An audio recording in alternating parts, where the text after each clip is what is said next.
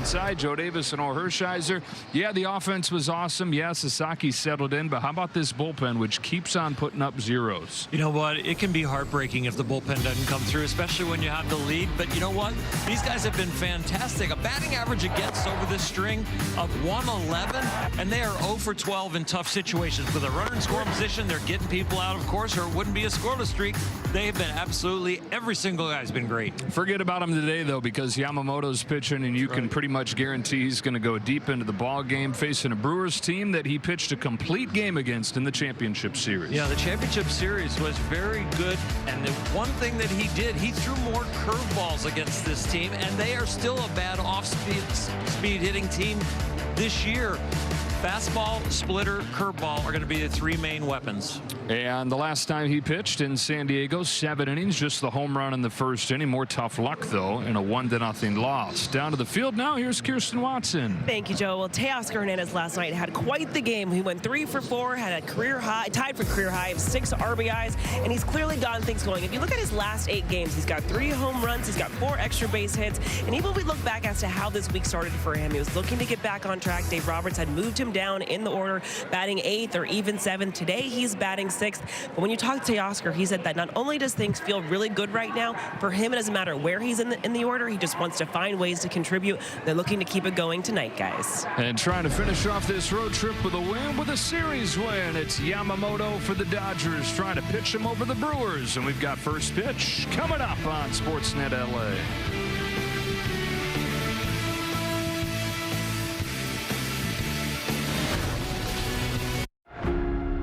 Well, with his double yesterday, Freddie Freeman now stands alone in 30th on all-time doubles list. He has 561 doubles and is 4th behind Carlos Beltran and 11 behind Robinson Cano and Pudge Rodriguez. So, fellas, let's talk about we talk about all the time, professional hitter and able to get a bunch of doubles, Jerry, and just continue to propel his team. Yeah, I mean, I love that Freddie's a throwback guy. And on that list are Hall of Famers. Right. And great players. In order to be great for so long, you got to have a great approach at the plate. Freddie, really from day one, has had that professional approach. Just one of the best hitters I've ever seen. And it's good to see him climbing up that list. Very consistent, a phenomenal teammate, a gamer. And let me tell you something, man. You want to talk about just an absolute dog with a smile. Yeah. Everyone talks about that. I got a chance to face him when he was a rookie, and Dan Douglas said, watch out for that lefty, and he has not disappointed, and that was 12 years ago. Not at all. I mean, you talk about postseason heroics as well. I mean, he's been spectacular for them. Hopefully today as well. First pitch coming up after the break. Enjoy it. We're going to go figure out what we want to do for brunch around here. Let's figure this out.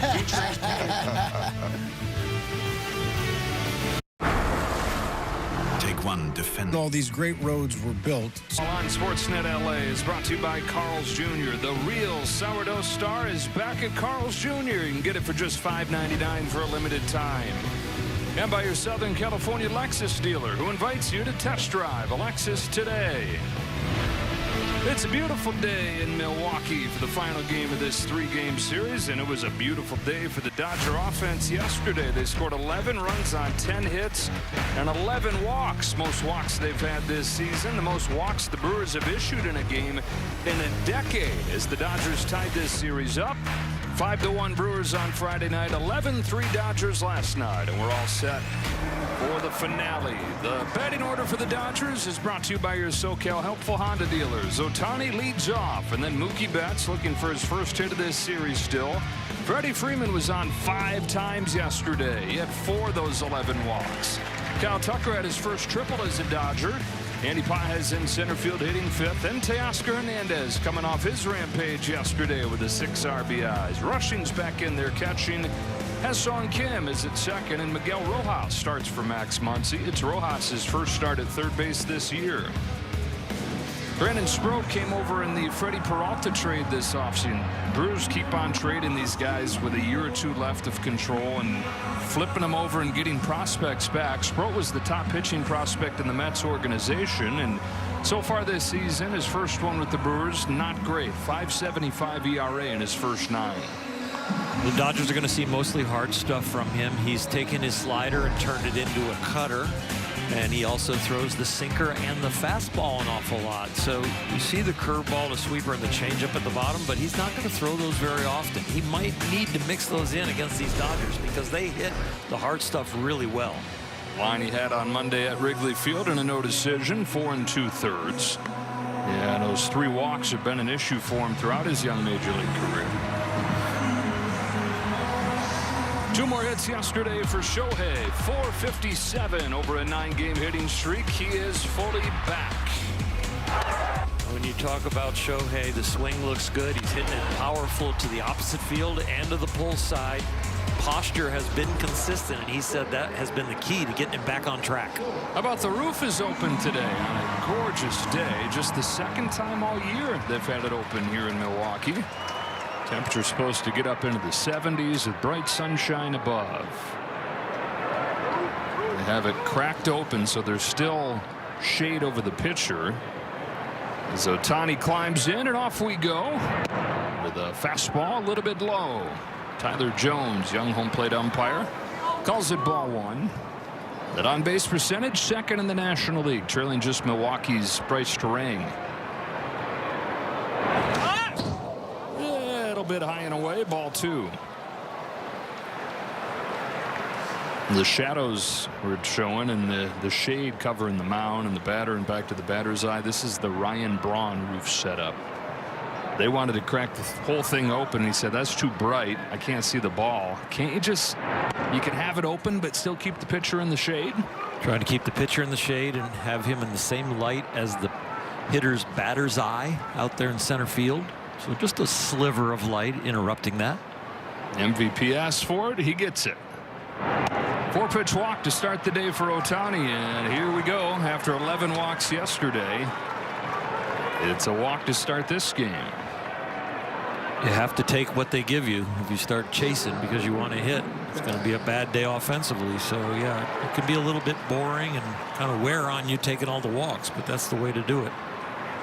Don't they know it's not great TV? we don't like watching them walk down there to first. But Betts trying to join the fun. And the whole team going crazy yesterday, reaching base. Mookie was 0 for 6 and 0 for 9 in this series.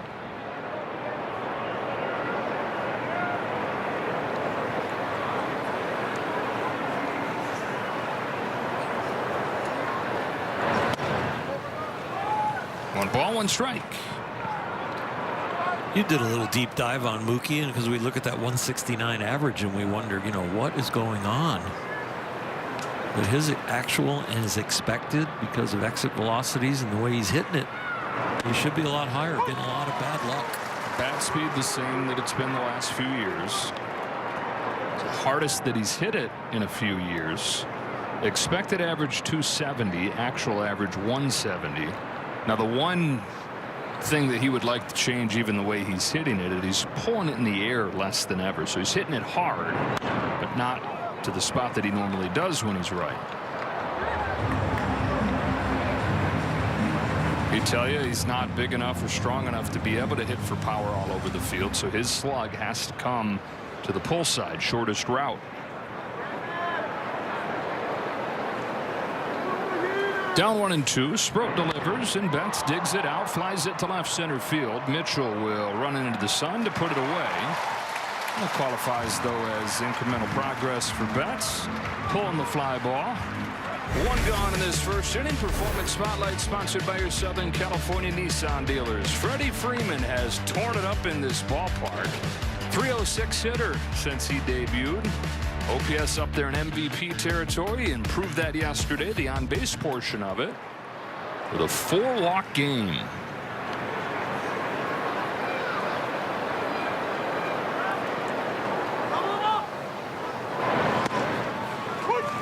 After our conversation with Freddie, I'm really going to watch his follow-through, how high it gets and how aggressive it is. He says that is now one of his keys.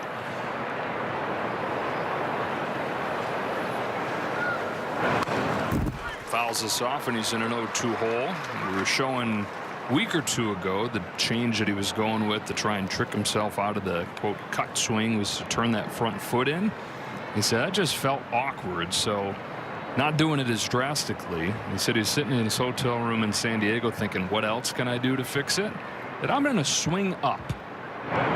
And in his very first at-bat, hit a home run, and he's stuck with that, starting with that game. Last 4 games, he's got 5 extra base hits. And it's not that he's actually swinging up. It's the thought that produces the swing that he wants. Not this time. Down on strikes, 2 away. Yeah, there's feel and there's real. And a lot of times that feel is developed when you're getting ready for the game, doing your soft toss, doing your tee work. And so once he gets in the box, he just thinks about hitting the baseball, finding a lane. Am I looking in? Am I looking away? Am I looking up? Am I looking down? He just reacts. And hitters typically would tell you they go in and out of overthinking it at the plate. He told us that he never once has found himself falling into that trap. Here's Tucker with a ball laced into right field for a 2-out hit. Ohtani to third, Tucker to second, diving with a double. He had his first triple in a Dodger uniform yesterday and doesn't wait around right here, stroking a double to right. Attacking the first pitch, and he hit a bullet. Just stays in the box, almost like his head down and threw this ball, and he doesn't even understand where it went. Look at how long it takes him to react and run. But once he's off and running, you will make sure you get to second. Don't make that third out at second when somebody else is already in scoring position. Top RBI man coming up in Andy Pages. Drives this ball to center field. Mitchell, good first step. He's going to get there. Dodgers strand him at second and third. Yamamoto takes the mound after this.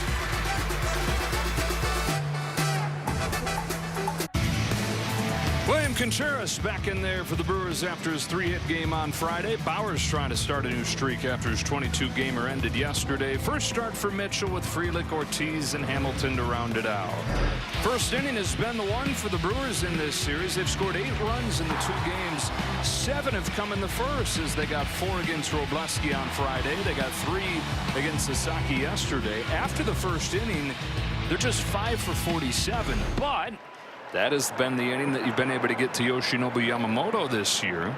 7 innings, 7 ERA in the first inning. And down to Yamamoto territory after that. Rojas barehand throw late, and Churio on the first pitch of the ball game for Milwaukee has an infield hit.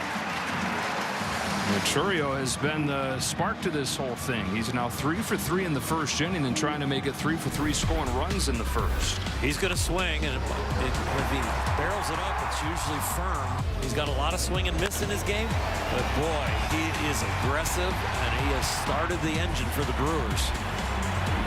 This one, ball finds you. Miggy, first inning at third base, he gets that little chopper, and I don't care how long you've played third base or when your first inning was, you're not going to get him on that one. His speed.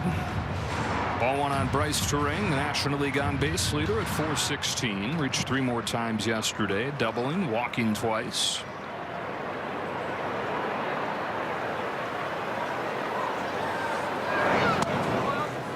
There's a curveball that just misses. You were telling us during the pregame show that as Yamamoto threw that complete game against the Brewers in the championship series last year, threw that curveball a ton. Yeah, he threw his splitter 28 times. He threw his curveball 27 times, and that was definitely an upgrade in usage. The splitter statistically was the best. Milwaukee went 0 for 12 against it. And again, this year they've struggled against off-speed pitches, just 190. The splitter, four-seamer, and curveball in that a magnificent outing, all around 25% each. So you see that and you think, okay, well, he owns these guys. But a few months before that, he started here and gave up 5 runs, didn't make it out of the first inning. So he has kind of been the Dodgers against the Brewers. Dominance in the postseason, but dominated in the regular season. It's a bouncing ball to Mookie Betts and a double play.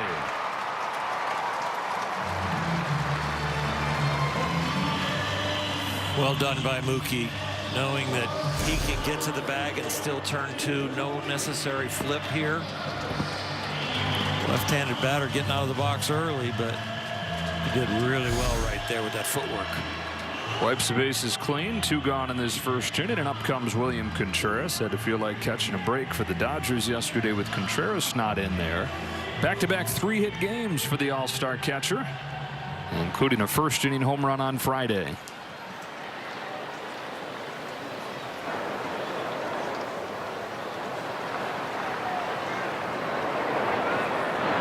Starts him with a curve and gets a strike. Here is that homer. It was number 4 for Contreras this year. He's got the highest average of his career, above 300, but he's been missing the power. And as we talked about on Friday, the Brewers need more of that. Ton of contact, high on base, but very little pop. And he's one of their leading candidates to provide it. They got to get it from him. Average, the name of the game for him this year for the most part, though, leading the National League since the end of April. He was looking for a way to get that pop. Finds Mookie Betts right here with a ground ball, and Yamamoto, thanks to the double play ball, faces the minimum in the first.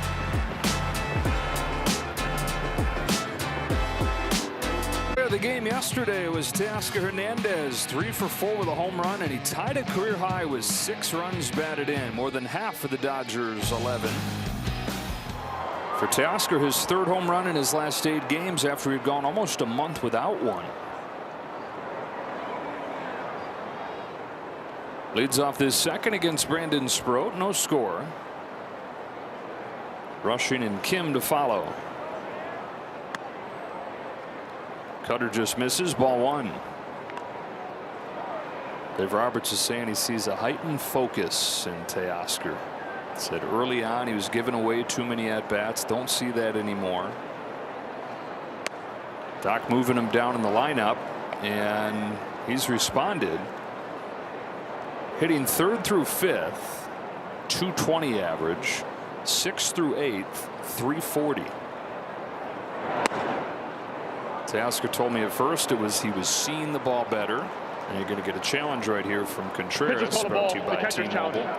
He was seeing it better, but wasn't hitting it that hard. Then he started hitting it hard, but not where he wanted to hit it hard. And this call is going to stand, ball 3. Milwaukee has 1 challenge remaining. In the last few days, putting it all together, seeing it, hitting it hard, and hitting it hard in the air.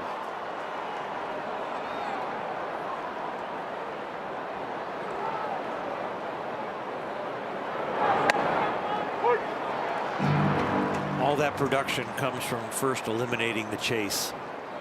And that's kind of the focus that Dave Roberts is talking about, because you have to get strikes before all of a sudden, when you've ironed out your mechanics, you still need a strike to hit it with the good swings.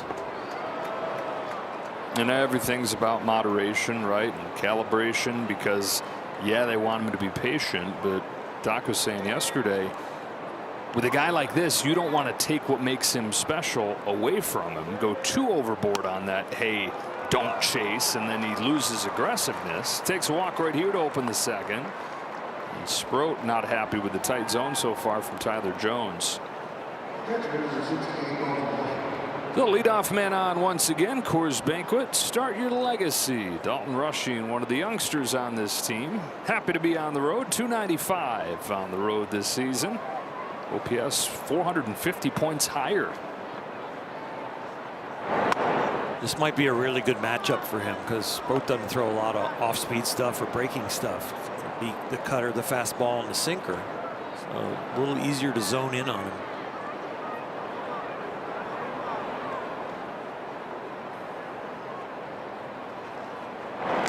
In the dirt, good pick by Contreras.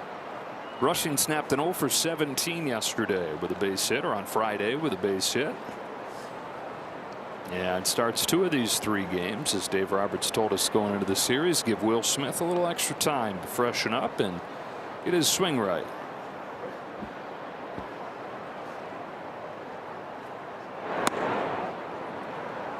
Challenge. The pitch is called a ball. The catcher's challenging. Rushing says, no, that's a ball. Good try. Let's see if he's right. He's wrong. Pitches a strike. Milwaukee has one challenge Maybe remaining. powered by T-Mobile. You can't argue the computer, Dalton.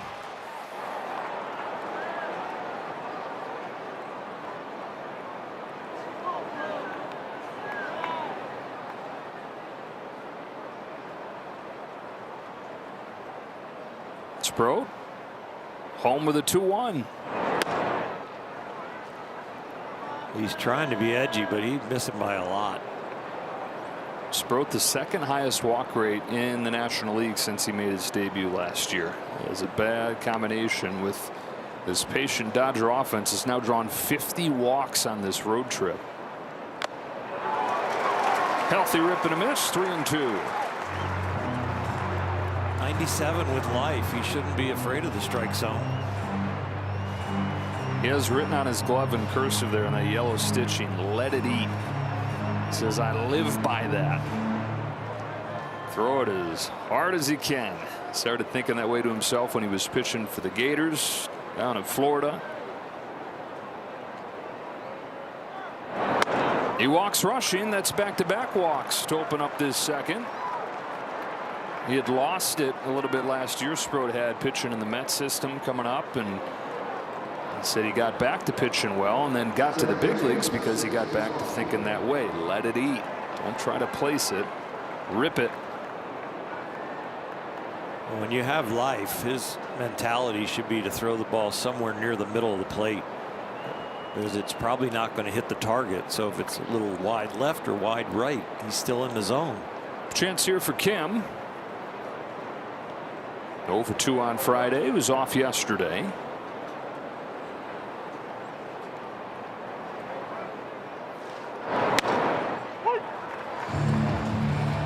Let it eat. Would that not be advisable for everybody? No, I think if unless you throw it dead straight, there it is, the saying he gets there to remind himself. Yeah, let it eat is get it in the strike zone because I have good stuff. But if you throw it dead straight, you need to be on one half of the plate or the other, not letting it eat. It will get eaten. Big leaguers can time a bullet, and you need a little life. He's got life. That's why he turned his slider into a cutter. He's got the sinker and he's got the fastball. So he's got 3 types of movement on his hard stuff. Dodgers aren't helping him out, though. I mean, he's thrown 16 pitches out of the zone. They've only chased 2.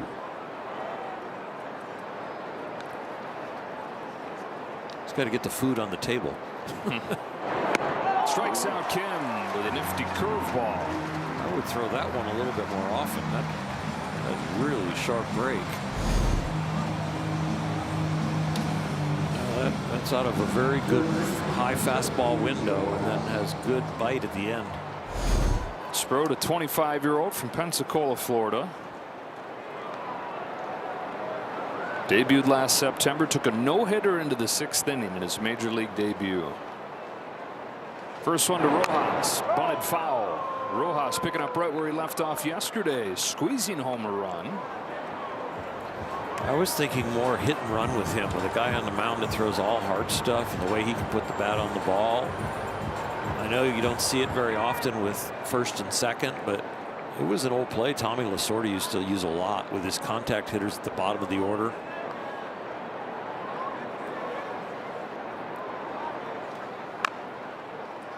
Down 0-2.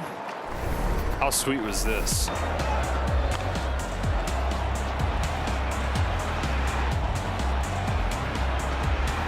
Indefensible. Yeah, really well done. And that is great to get the bunt down, but it's the secondary lead in the break with the suicide squeeze that Tucker did so well.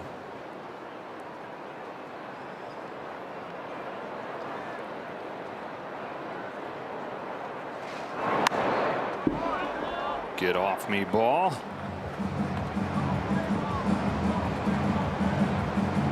Dodgers on 1 for 17 with men on base in the Friday night loss. Last night, anytime they had a chance, turned it into a big inning.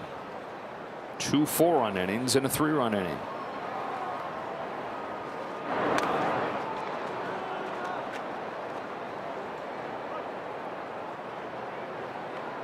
Dodgers have won 8 of 10. Pitching the most consistent reason for that. The 1.74 ERA in that time, but the offense more and more looking like you expected it would. Set the table again with 2 free passes. 2 on, 1 out, 1-2 pitch. Checks his swing, ball 2.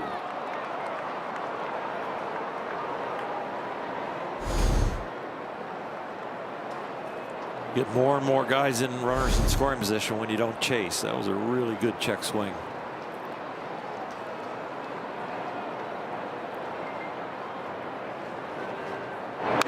Fouls it again. Facing the Dodgers as a pitcher is being stuck between a rock and a hard place. The rock of the power, the hard place of the patience. It is a mental grind. You just feel like there is no easy out. When they hit like a team, not individually, it is really hard to face them. And then right here you got the 9-hitter grinding you out. Same guy that yesterday had a squeeze to bring home a run. Started the 4th 3-ball count. Here's the payoff. Got him. Who had one to hit? Had one to hit. Sproat said let it eat, and he won.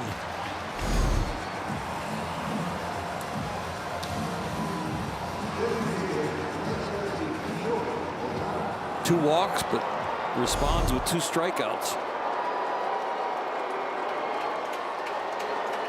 Ohtani.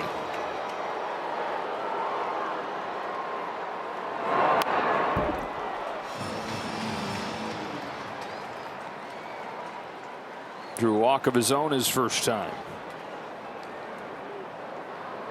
His swing is back to being pretty and powerful. It was ugly when he was in his slump with just flying apart, losing his balance, but now it looks locked in.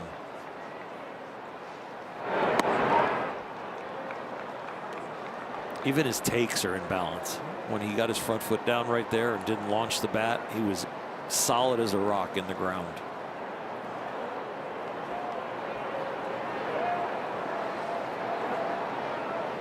Hernandez at second, rushing at first. 1-1 pitch taken for a ball.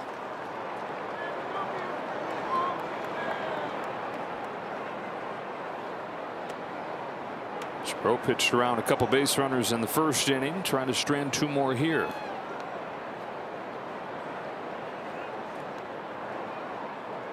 The 2-1.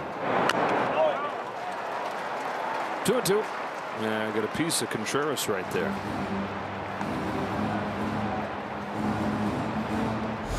I think the foul ball gets his finger again. The pressure bends it back.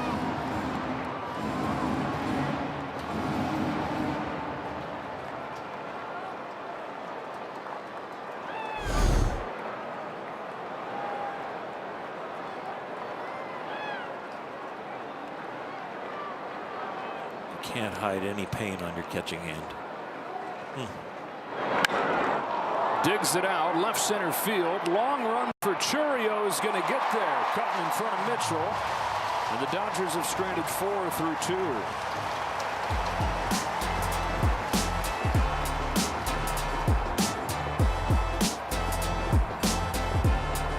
Back out there for the second inning in a scoreless game. If he and the Dodgers get 7 strikeouts today, everybody gets that free Jumbo Jack tomorrow with the purchase of a large drink. And for a lot of this season, his strikeouts have been down, but 3 consecutive games with 8 strikeouts for Yamamoto. Fires to Jake Bauers, bottom of the zone strike. It's been interesting because he's gotten more swing and miss than ever this year. Where the drop off has been on the called strikes. By far the lowest in his 3 years in the majors. My mind's eye just says he's just not quite as edgy, especially with his fastball. A little bit more all or nothing, like getting the chase or making a mistake where they can hit it hard. That hit his hand. And no, it's going to say hit the bat. And a foul ball. Either that or they're saying he swung and it's a foul ball. Either way, the call is strike 2. It's going to be a tough one to reverse. His finger is over the knob of the bat, and so it would touch flesh first. And it wasn't a swing, so if it did hit his hand, should get first. Umpires getting together, and they're checking, was it a swing? Third base umpire Chip Gibson said no. Milwaukee is challenging the call of foul tip on the play. And so we got a challenge here. They're going to have to get their magnifying glasses out in New York. Really blow this up to see if it's bat or flesh.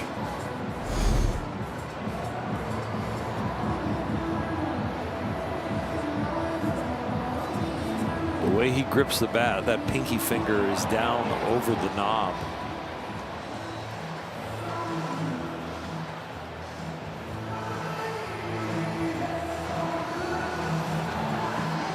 Yeah, this beautiful, huge video board that's like the size of the infield. And got a good view up there. Let's see. I think it hit his finger. It does. I think it hits his pinky finger. Thank you, Brewer Vision. And he actually, it's more than just the pinky that's over. It's almost his ring finger too. You barely can see the knob of the bat when you blow it up the size of the infield. Yeah. Wonder how big the screen is in New York.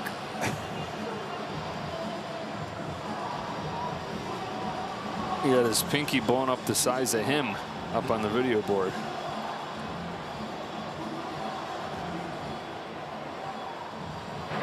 After review, the call on the field is overturned. Had batter hit by pitch. First base, Milwaukee retained their challenge. Leadoff man has been on both innings in this game. Yeah, Bowers, after he had his 22 game on base streak end yesterday, starts a new one right here.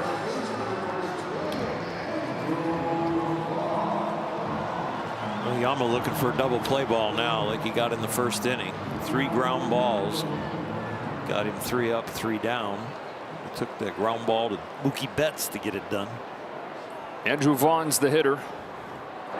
We were talking about Yamamoto's shortest career start against the Brewers when he faced him here last July. The big swing in that first inning came from Andrew Vaughn, and we were telling you that story on Friday night. That was 2 hours after he arrived in Milwaukee to become a Brewer.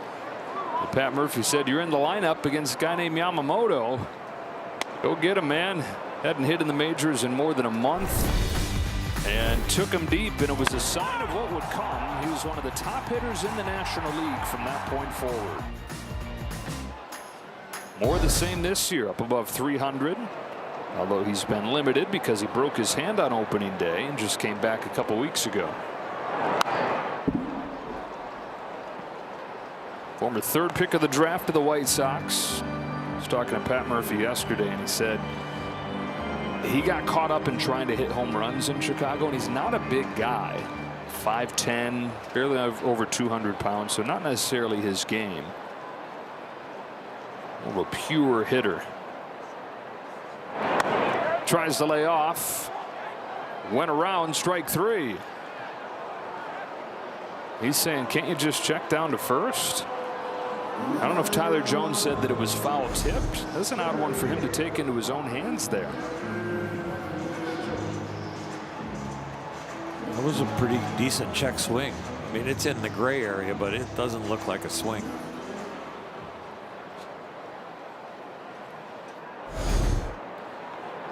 All right, so it is a strikeout. First one of the day for Yamamoto. Check swing from Garrett Mitchell. And ball 1 as Mitchell makes his first start of this series. The former UCLA Bruin and former top prospect. And it's just been a story of what if, because he has not been able to stay healthy. Up the middle, base hit center field. Bowers takes 3rd.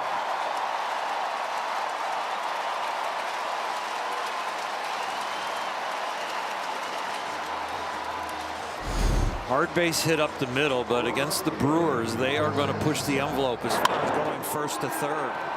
A lot of times on Pages' arm, nobody's running there, but the Brewers are like, just go until you get thrown out.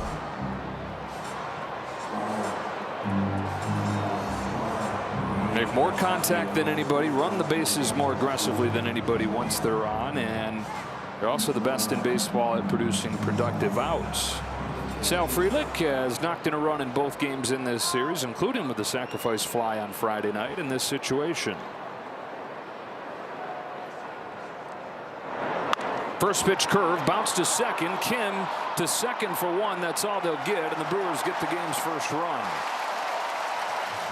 Domino effect of the aggressive base running.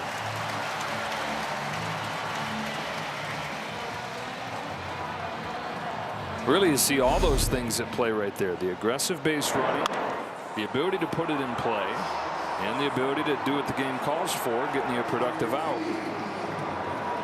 Well, they set the table with speed from the batter's box to first, or from first to third.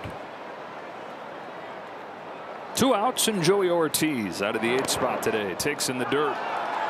Frelick will take second. One more way to set the table, reading the ball out of the pitcher's hand so that your secondary lead can be more aggressive. You've seen it on a downward plane. Frelick got a great jump and a great secondary lead. As he reads this ball out of Yamamoto's hand, he just is off. Kind of weight, kind of balance, not going back to first, but heading to second.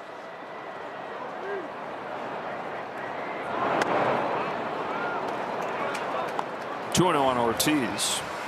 So Frelick has an RBI in all 3 games in this series, even though he's only got 1 hit. Finding a way to make an impact, even with the average low and the hits not coming.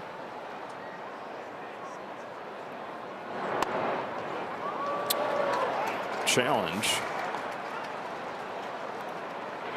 Pitch is called a ball. The catcher's challenging. ABS powered by T-Mobile, and they have challenged Tyler Jones a bunch already. Call's overturned. Los Angeles has 2 challenges remaining. Easy overturn right there for ABS.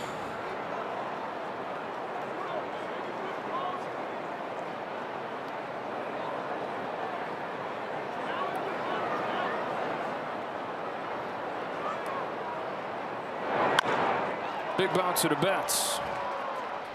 One shortstop to another to end the second inning, but the Brewers cash in first, 1-0 after 2.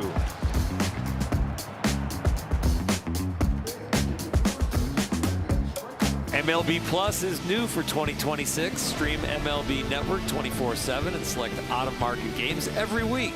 Plus, live radio broadcasts of every game, game day 3D, big inning, and minor league action. Visit MLB.com/MLB Plus to subscribe today. Strike one on Mookie Betts. 1-0 Milwaukee. Dodgers have had 2 base runners in both innings against Sproat, but still looking for their first tally. Betts did pull it in the air his first time, but it was caught by Mitchell in center. And so Mookie's 0 for 10 in this series.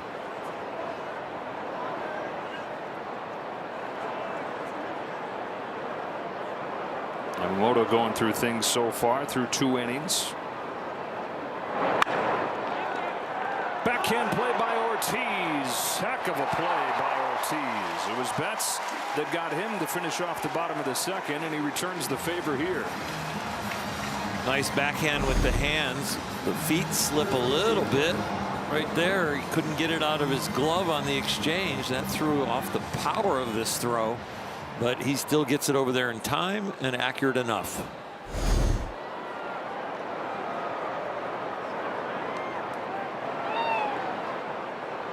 Freddie Freeman with 1 away.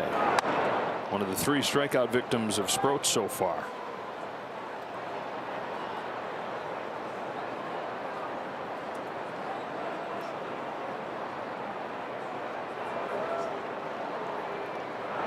Started to talk about how Freddie was telling us today that he's never had it happen where he's carried too many thoughts with him into the batter's box. We're hard pressed to find hitters that would tell you that.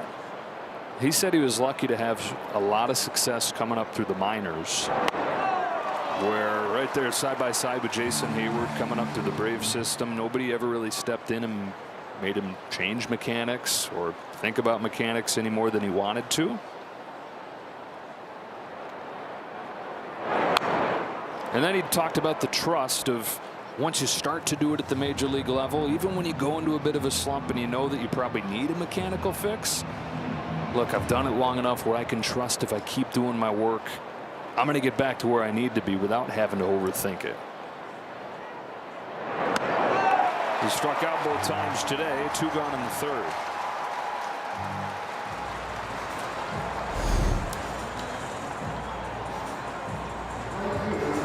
That trust and having a foundation of success, it helps you wade through these, for him, moments. They're not real long.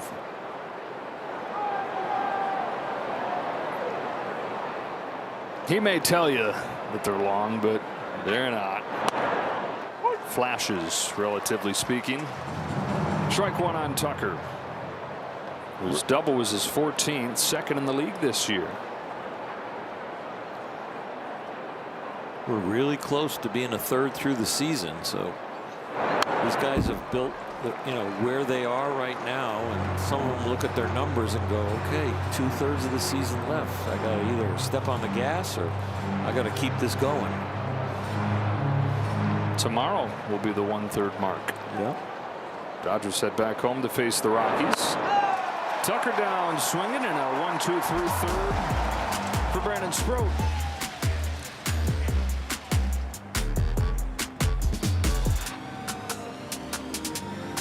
Back-to-back world champion Dodger baseball on Sportsnet LA is brought to you by your local Kia dealers. Visit Kia.com to discover movement that inspires. Well, Dodgers still looking for their first run in support of Yamamoto, who, even as good as he's been, 3-4 this year with that lack of run support. Got a bunch of it as a rookie, none of it the last 2 years. 9-1-2 for Milwaukee in the third. It's David Hamilton to lead off. That's ball 1 from Yamamoto. Hamilton, a speedster who they got from the Red Sox in a trade this offseason. He's bunted more than anybody in baseball. Trying to take advantage of that speed. He has the highest on base percentage of his career, which is everything for him, because that speed doesn't matter a whole lot if you're not getting on base to use it.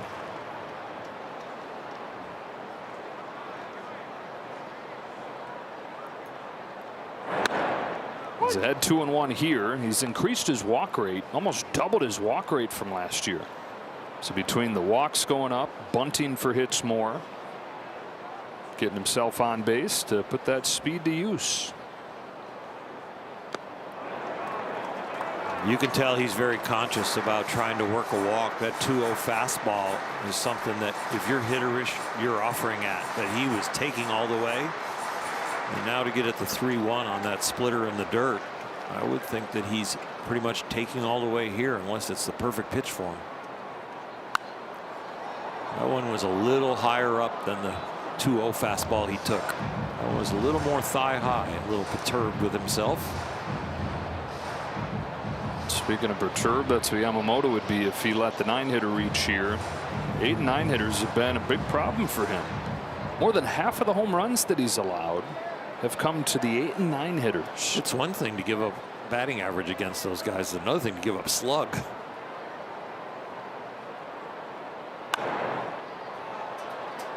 This is not normally a candidate to give you much slug right here. Although he's coming off a game at Wrigley Field on Wednesday where he had a triple and he had a Little League home run. Pico Armstrong played a single into that Little League homer. Only 3 extra base hits total this year, though, for Hamilton, who takes strike 3. Backdoor with a cutter. That's the one pitch that opponents have really hit hard against Yamamoto. Both hits today have come against it. League's above 400 against his cutter on the year. Little backdoor cutter out of his hand. It looks like it's going to be a high and away fastball, but that cutting action brought it back on the corner. When he has so many good options and he gives up so many hits on one of them, why continue using it?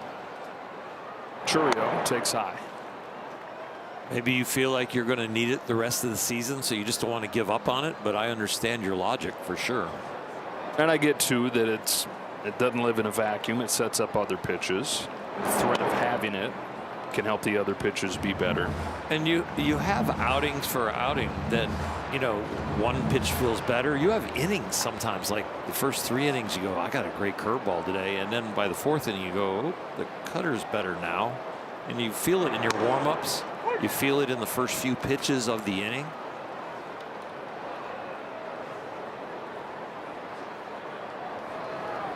Two balls and a strike on Churio. Infield hit to start the game.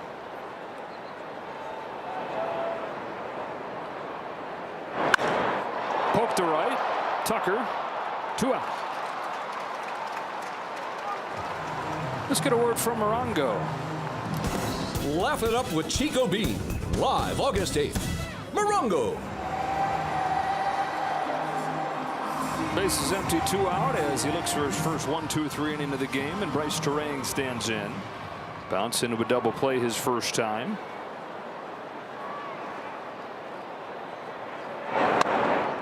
Takes ball 1. Guy's been getting better and better. As a rookie, statistically was the worst hitter in the National League. Added the power last year. On base this season, leading the league in on base percentage. His walk rate has gone from 10% to the best in the league, 17%. He's going to improve the on base right here. Dropping a ball into left center field. Pages comes up, gun into second. He got him. Andy Pages throws out Terang. Man, it's a sight to behold, that cannon of a right arm from Andy Pages.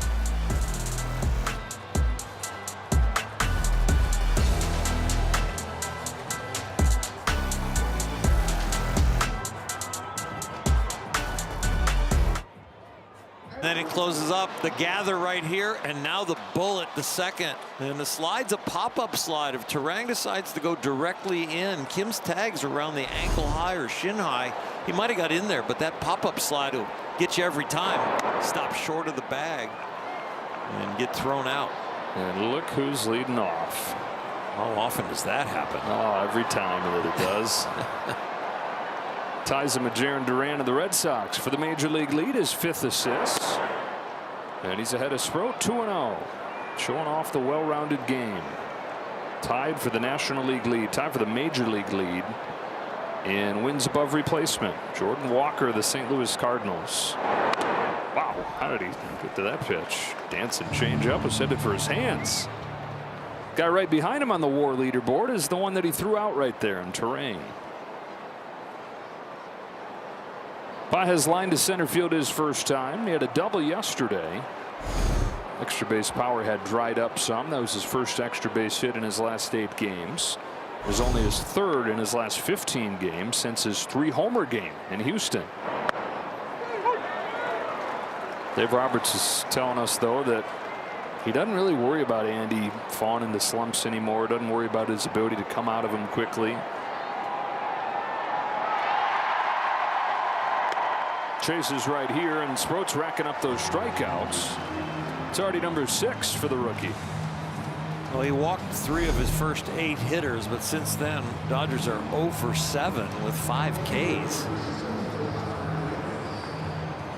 That chase is Andy's Achilles heel. We don't see it as much, but when he's doing that, it's going to be tough to hit. There's a walk for Hernandez his first time. One of the 3 from Sproat. 6 Ks, 3 walks. Dodgers only have 1 hit. It was Tucker's double.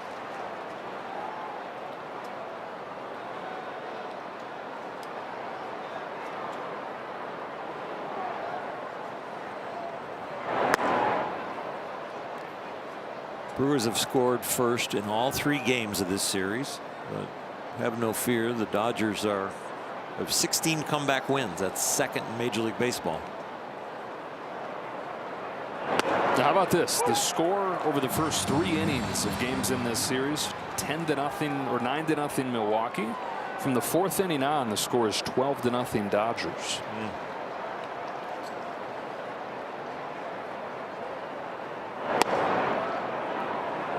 Little low, 2-2. Graphic proof. Now it's real. On the other side of that coin is the great bullpen and the string they're on. Up the middle, that ball had eyes. Base hit for Teoscar Hernandez. It looked like both fielders up the middle gave up on that one early because it looked like they should have gotten a little closer to it. And after his 3 for 4, 6 RBI game, he's been on twice today. Well, it's just a nice easy jog after they realize they're not getting to it. Odd anytime you see something not clean for the Brewers. This team does the little things so well. And they hustle on everything, so that was really odd. Change up, gets a swing and a miss on Rushing. Drew walk his first time up. These two guys in the order here in Teoscar Hernandez and Dalton Rushing, 6 and 7. They've reached all 3 times they've come up.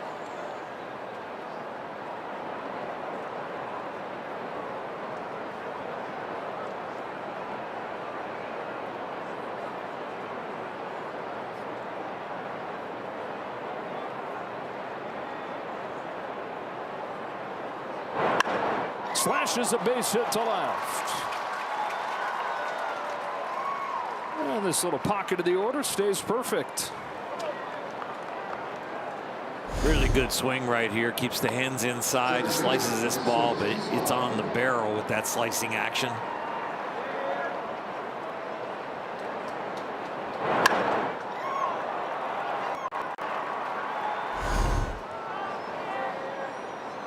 Two base runners for LA in 3 of the 4 innings. Up to the bottom of the order to take advantage of it here. Kim struck out in a good curveball from Sproat.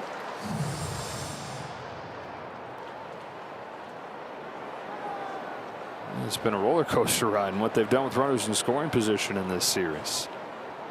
Really on this trip, they were awesome in Anaheim, not very good in San Diego to start that series. And then up and down this weekend. Quickly 0-2 on Kim.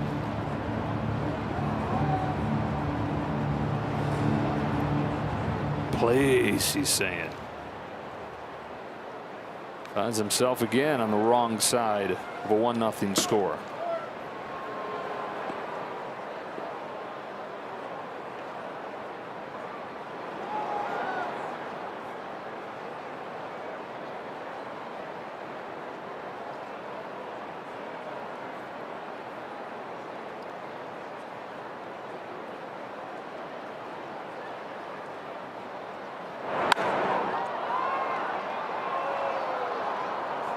When we've seen the Dodgers struggle with runners in scoring position, it's not usually because they're chasing. It's because when they get their pitches, they're just fouling them off.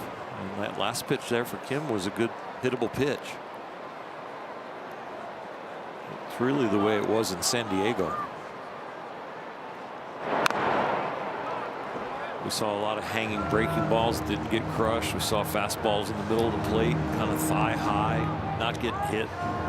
Just fouling off their pitches.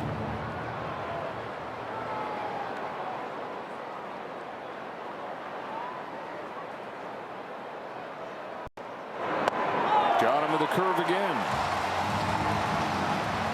Yeah, you're going to look at that at bat and say, I had 2 to put in play, and then I got to the curveball that fooled me in the first at bat, and now it fools me in the second at bat. Brandon Sproat has matched his career high with 7 strikeouts and just 2 gone in the 4th inning. Although he's at 71 pitches, and with these young starters, the Brewers rarely let them go too much beyond this. His career high is 86. 2 outs for Rojas, who takes a strike. Long at bat his first time, ultimately struck out in a fastball. Gathered a lot of information in doing so, though. See if he can put it to use. Hernandez at second, Rushing at first. Ouch. Sinker to the knee. Yeah. Rojas to first. Ohtani to the plate with the bases loaded. Well, you earned a couple of base runners, and now you get a 3rd one with a gift. And you got the right guy coming up that is swinging the bat really well. This one stings.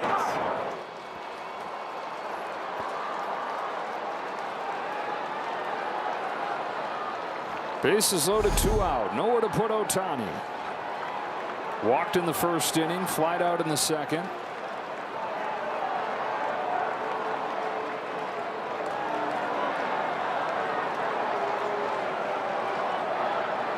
Sproat comes home. Ohtani swings and misses at a first pitch cutter. Sproat made a good one. The whole league tries to crowd him. And once they crowd him and speed him up, they try to go off speed to his back foot.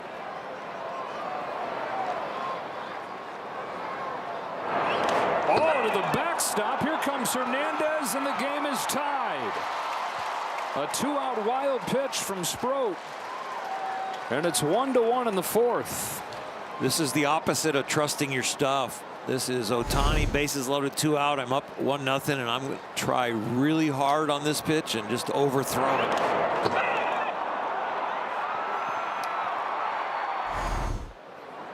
So the Brewers got their run, a hit by pitch, a productive out, and another productive out. Dodgers get theirs with a bases loaded wild pitch after a hit by pitch.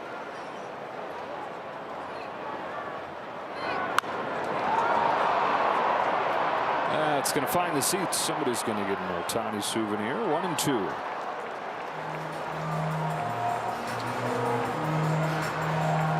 Two-strike count again. He's done a nice job putting the Dodgers away with a lot of different pitches for the 7 strikeouts. 4 different pitches have brought him strikeouts. It's not like he has confidence in one to put you away. Fastball, sinker, curveball, and the sweeper. Second and third, 2 out, 1-2. Change up, grounded to Vaughn at first. He'll take it himself. But the Dodgers are back to square one. Tied at 1, middle 4.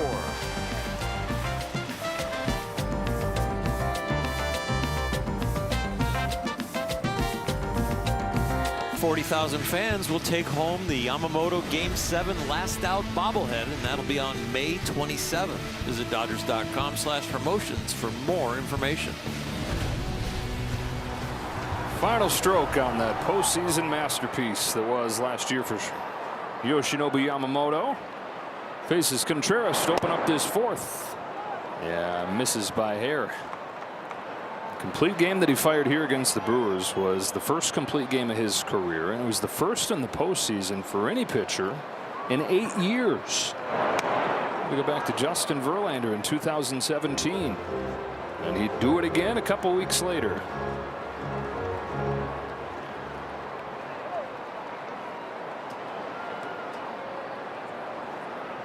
Contreras to ground out his first time.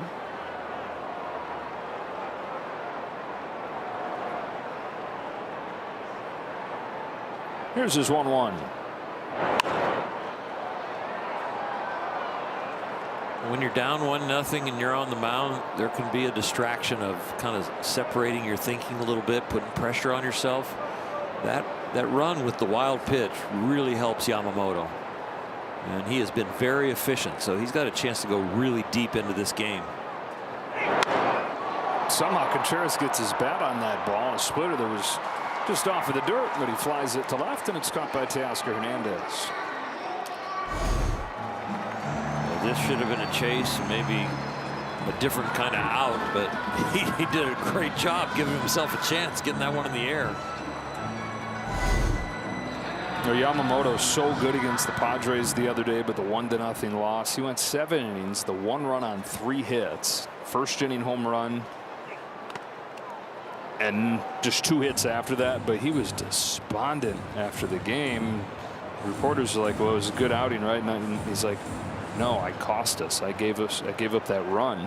I didn't give up that run. I would have matched Michael King." And man, you talk about having a high bar. Can't do a whole lot better than 7 innings and 1 run. Ball and a strike on Jake Bauers. Standards that he won't let himself up for air on.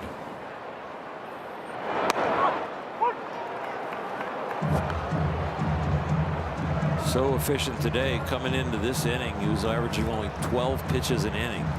He's having a good tight one right here, especially if he gets an outs on this one. A little different than what Sproat's doing. Chopper Kim, 2 out. Sproat's got 77 pitches through 4. He's averaging almost 20 pitches an inning. Yamamoto showing him what a veteran looks like, throwing it in the strike zone, getting people out. It all works together, doesn't it? We're talking about the bullpen and how great they've been. Everybody's been able to slot in right where they belong, not have to do anything more than the job description normally calls for, because the starters have gone so deep so consistently. Here's a smash off of the bat of Vaughn and a base hit in front of Teoscar Hernandez. Vaughn's a little out in front of this pitch, but it's elevated enough for him to be able to put the bat on it. It's almost a little hesitation there in his swing as he reaches out for that pitch. He's fooled, but it's in the wrong location as far as getting him to swing and miss. It's the pure hitter in him that we're talking about. Pat Murphy mentioning the other day. Not necessarily a power hitter. Always, though, just a flat out hitter. 400 as a sophomore Golden Spikes Award winner at Cal. Had more home runs than he did strikeouts in that Golden Spike season. That's Heisman Trophy of college baseball. 1-0 on Mitchell.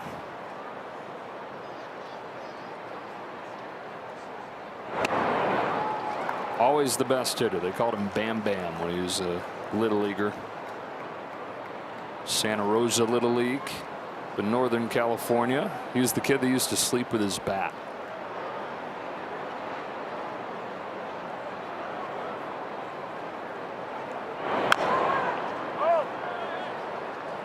They had a field right behind their backyard. His dad would come home from work, and the routine was every day they'd grab a bucket of balls and they'd walk back through the fence onto that field and spend a bunch of time out there hitting.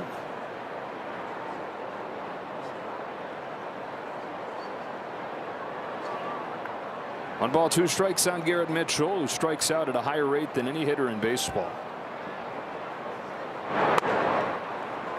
Franchise record, or the major league record, 37% of the time was Chris Davis, all or nothing slugger for the Orioles. He's at 36% this year. Here's a 2-2. And it goes full.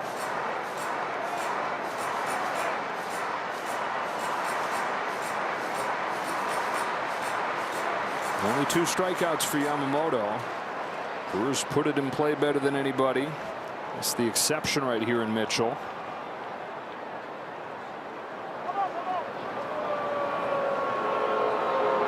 Two strikeouts, no walks, but Yamamoto kicking himself for hitting Jake Bauers in the second. Hit Bauers to start the inning, and Bauers came in to score their lone run.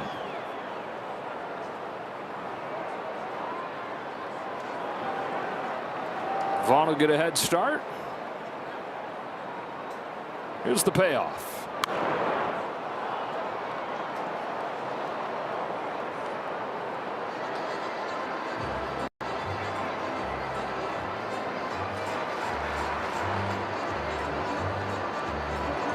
Out in the outfielders' minds right now, they're playing a little bit of no doubles.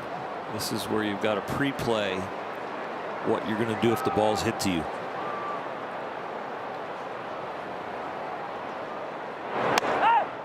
Mitchell takes a 2-out walk.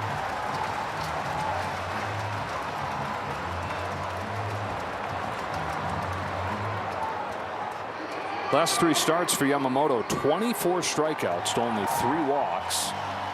A rare one right there, and the inning kept alive for Sal Frelick.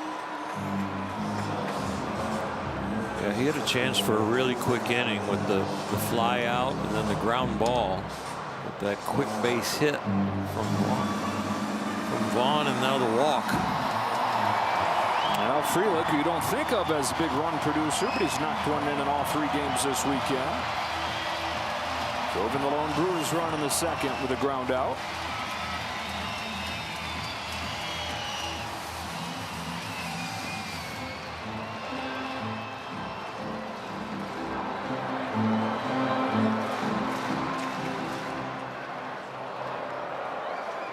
Former first-round pick, 4th year in the big league, Sal Frelick, 2 on, 2 out, and a curve is in for a strike.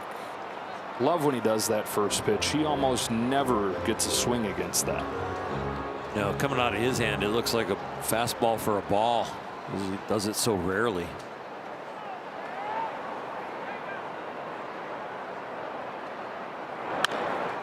And a splitter's punched to short. Betts has it, flips it across, and ends the 4th. Tied up as we move along to the 5th.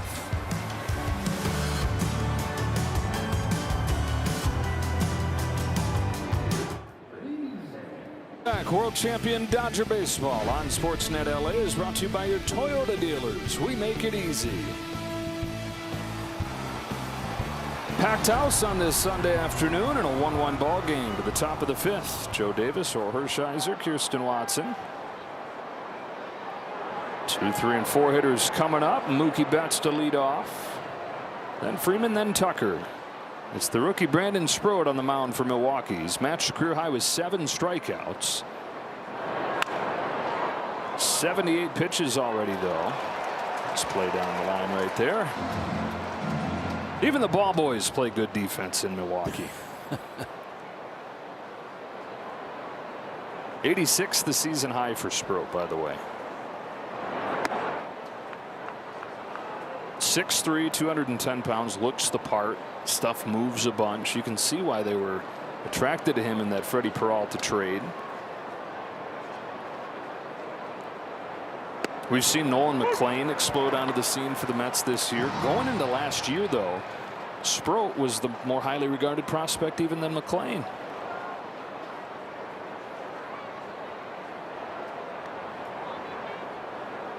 Brings Betts a 1-2. Ground ball towards the middle. Diving stop Ortiz, but he can't pull the trigger, and Betts has his first hit of the series. Stopped it, but didn't get it cleanly. And the go-ahead run is aboard to start the 5th. Mookie breathing a sigh of relief after he passes the first base bag. As he sees the dive and he's running, he's like, again? But once he goes by the bag and there's no ball, he's in good shape and feeling better about himself. There's Ortiz that took a hit away from him in the hole his last time. Finally some results. First hit, his 12th at bat this weekend. Ball on Freeman, who's followed the 4-walk plus a double performance yesterday with a pair of strikeouts today. I worry about great hitters when you're pitching to them after they've struck out twice. I feel like they're going to swing the bat early in the count.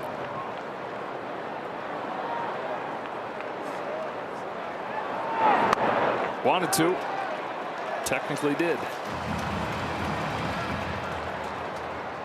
It's an aggressiveness that the good hitters just don't want to get to 2 strikes again.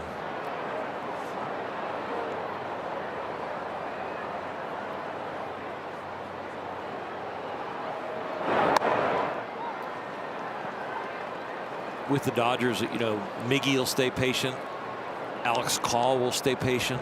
But a lot of the guys that just know they're good hitters deep down, they're like, I don't want to get to 2 strikes. If I'm getting to 2 strikes, it's because I'm swinging the bat.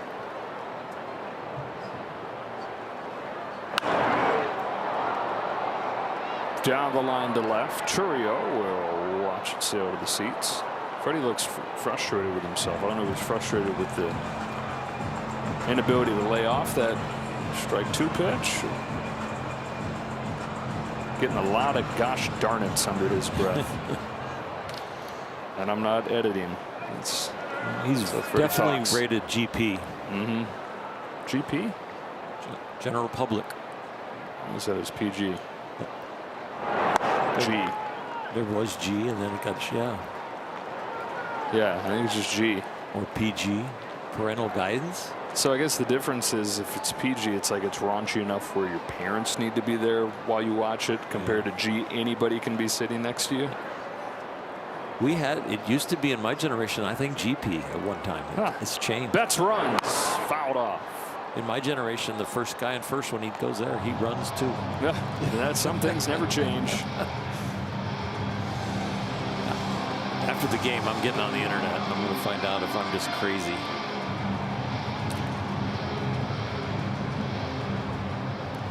Did PG used to be GP? I always thought it was like General Public was the original. Patrick and Drone both warming. Toss over to first, not in time. And AI tells us yes, the PG rating used to be GP. Thank God. Change it in 1972. Okay.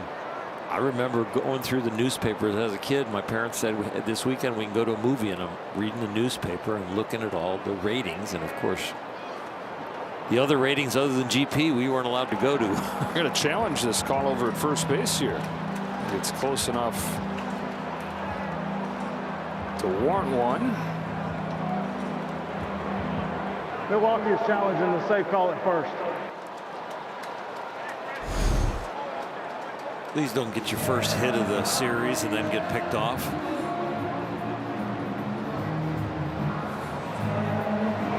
Is there another angle where we can see if the glove touches him in the ribs before he gets back?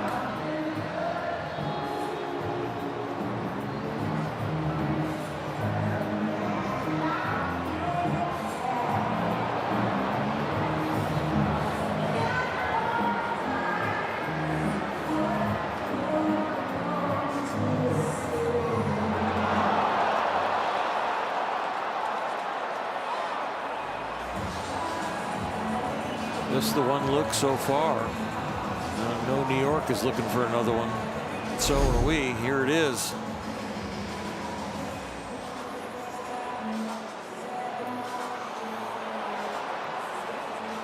All in the field is safe. I don't see enough evidence to overturn it.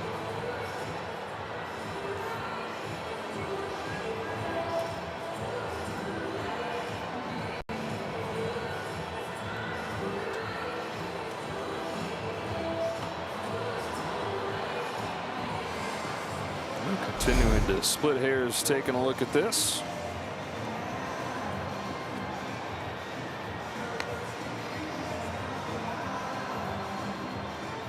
It definitely looks like the glove gets in the area of the tag before his hand gets to the base, but does the glove actually touch him? Review, the call on the field stands. The runner is safe. Milwaukee will lose their challenge. All right, you can understand why they thought it was worth trying in a tie game here. That's still alive, though, and it's 3-2 on Freddie Freeman, who's been up there forever.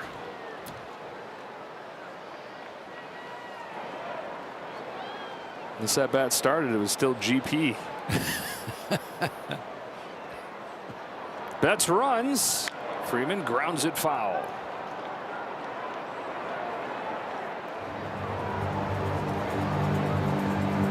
This will be the 8th pitch coming to Freeman. Wedged in the middle of there. A 3 or 4 minute review. Well, the pitcher on the mound that has trouble controlling the baseball, these delays have been good. You get one down the middle, or you're going to get ball 4. See if Mookie's running again.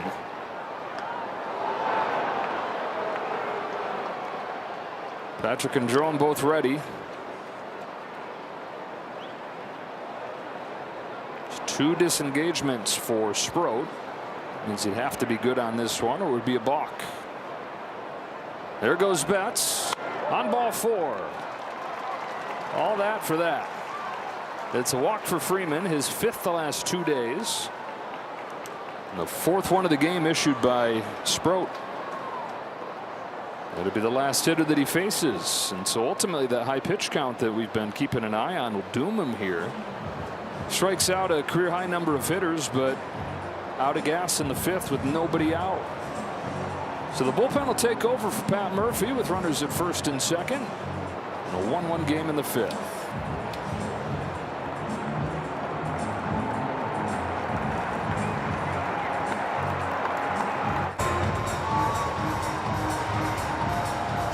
The rookie Shane Drowan, who pitched an inning and a 3rd on Friday night, comes in here. First and second for the Dodgers, looking for their first lead of the day. This guy has a really good fastball, but the Dodgers found a way to get a run off him in this series. But the league hitting 1 for 24 with 10 Ks off his heater.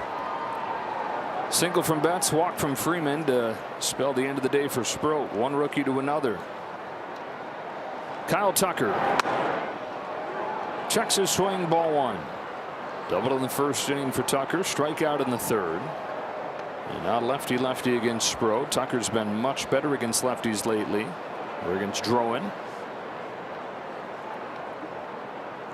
Acquired this offseason from Boston. 1 ball, 1 strike. Drowan was a 5th-round draft pick. He was good, not great, at Florida State. Then he put on a bunch of weight, added velocity. Said he was eating 2 steaks a day right after they drafted him. Put on 15 pounds. This 1-1 to Tucker is fouled off, strike 2.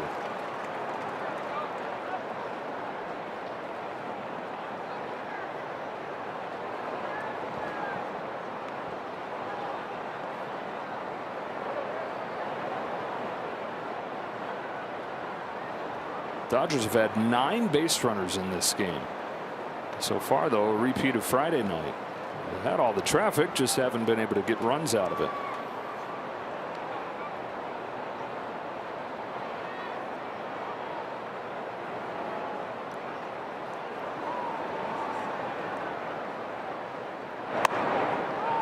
Count evens up.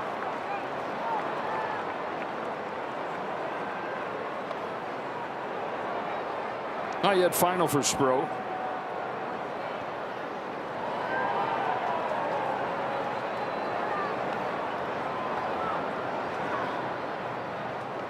Two on, nobody out. A 2-2 taken low, and the count's full on Tucker with Pages waiting on deck.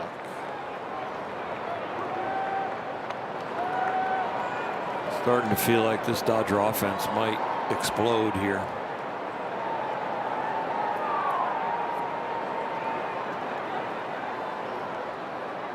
Here's the payoff. Tucker fouls it back.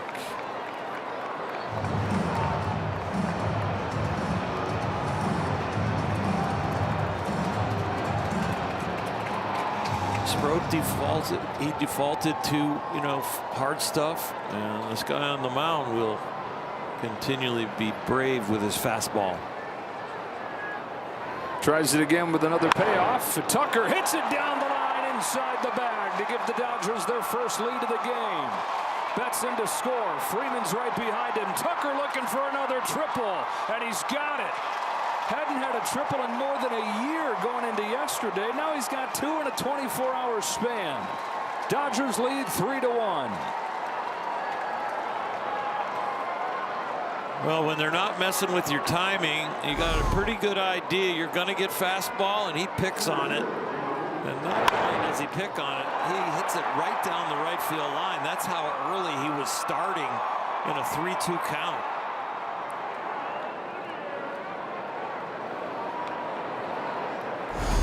Infield in, Pages up. High drive, deep left field. Churio back, running out of room. Goodbye. Triple homer, back-to-back pitches. He said he had the feeling that they were about to punch through, and they do. 11th of the year for Pages, and it's 5-1.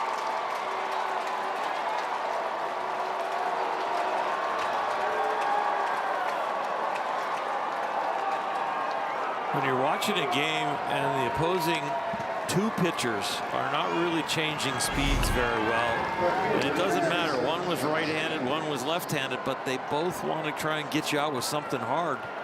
Second time around the order, there's a rhythm to hitting, and it looked like the Dodgers were getting on it.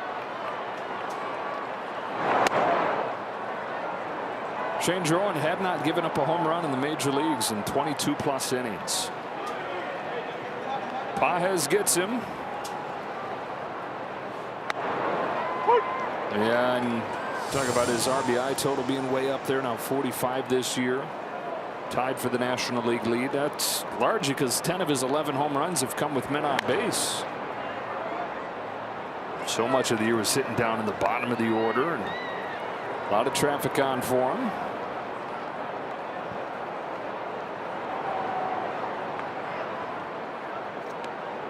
Couldn't deny it any longer, though, hitting in the middle of the lineup. 2-2 on Teoscar Hernandez.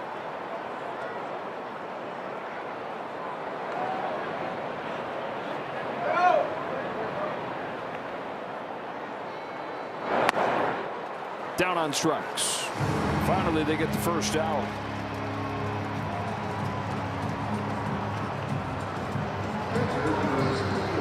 Story's been the big inning the last couple days. The 4-run inning, then the 3-run inning, then the 4-run inning yesterday. And here's another 4-run inning here. About time, huh? Oh, wow. And that's got to feel really good. He has been pitching in the desert of no runs. Hot, dry place. Yeah. Very parched. Rushing to deep center. Mitchell's there, 2 out. It feels like he found an oasis, and this is not a mirage. Well done. I got 5 runs to work with.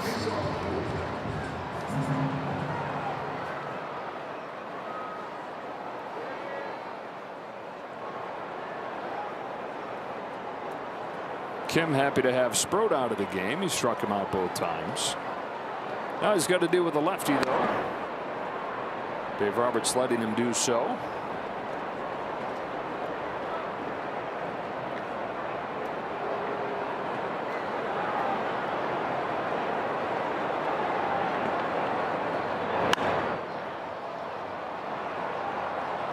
Hamilton's over there.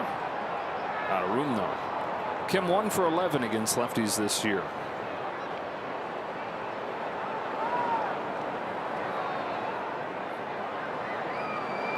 Now the book now closed on Sproat. He gets the career high 7 strikeouts, but ends up getting charged for 3 runs. The walks are ultimately what doom him. Issued 4 of those and hit a batter, and is out of the game with the high pitch count before he got an out in the 5th.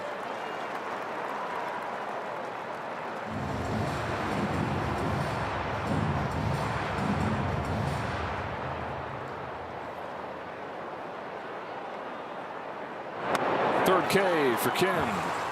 4-run 5th for the Dodgers, though. Kyle Tucker gives them the lead with a 2-run triple. 1 pitch later, Andy Pages does one better.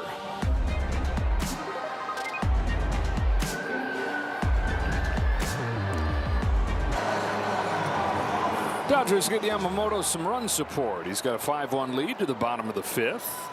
Lone run for Milwaukee scoring in the 2nd. Hit by pitch, came around to score. Bottom of the order. Go to the 8th spot. Here's Joey Ortiz taking a strike. And if you've had something going on at the start of the games this weekend, you've missed nothing from the Dodgers' perspective. They haven't scored over the first 3. 17 runs from the 4th inning on, though. 17 runs on 17 hits in these 3 games. Yamamoto with the lead, ahead 0-2.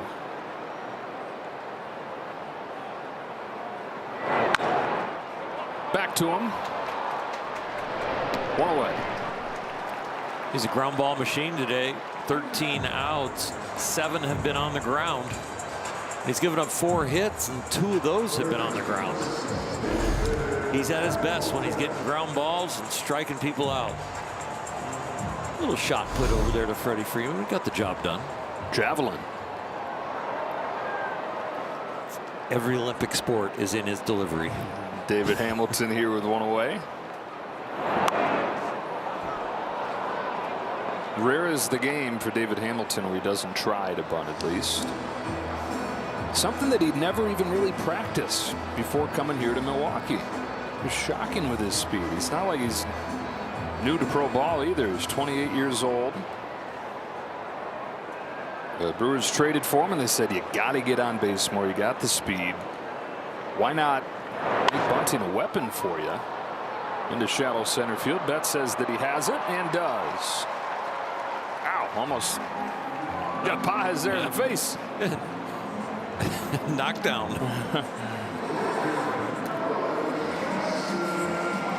Being a converted right fielder to shortstop, when the ball's in the air, Mookie's very comfortable.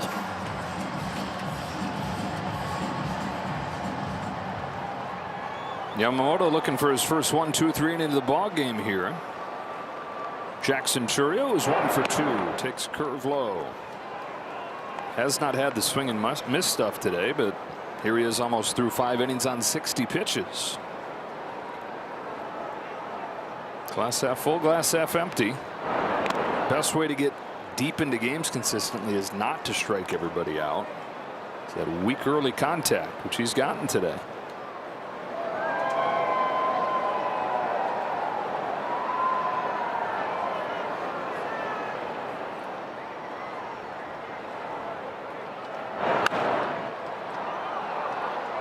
Right side of the diamond, Freddie Freeman. Finishes off an 8-pitch fifth.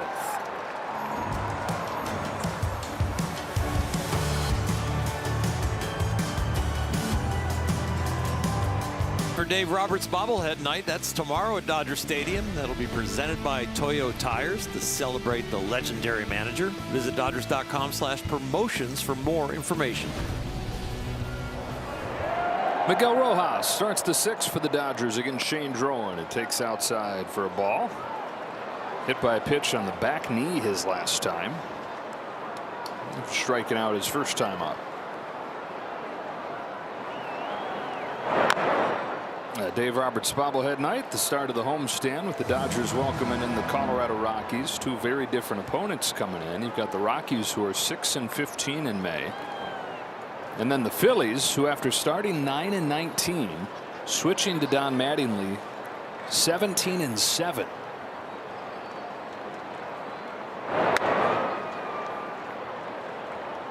Three with Colorado off on Thursday, and they open up the 3-game set with the Phillies on Friday night.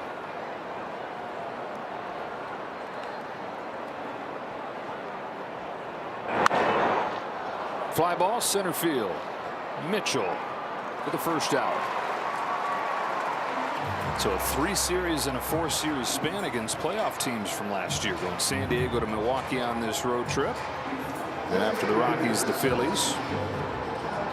Two of their 3 National League postseason opponents last year in rapid succession here. LCS rematch right here, and a division series rematch against the Phils. Ohtani sends a fly ball to left. Churio. 2 away. I've never been on a team in my 17 years where a manager got fired. And I don't understand what the chemistry, what happens in a locker room, and why all of a sudden the Phillies would just all of a sudden take off. Tons of respect for Don Mattingly, but it's just really odd that it flips a switch. A lot of respect for Rob Thompson too, and he led them to the World Series and top of the division yearly. It seems like a lot of it has to just do with good timing for Mattingly to take over with a very talented roster that hadn't done it yet and was due to.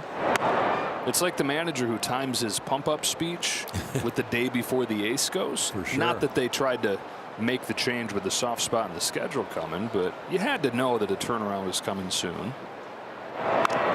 1-2 on Mookie Betts. And maybe it's just it's a change that it's not about the manager as much as it is a stimulus to the team that we need more effort, and they feel bad and they concentrate more, and that stimulus turns them around. Because it's not a pep talk to one guy or turn one guy around. It's a shockwave through the locker room.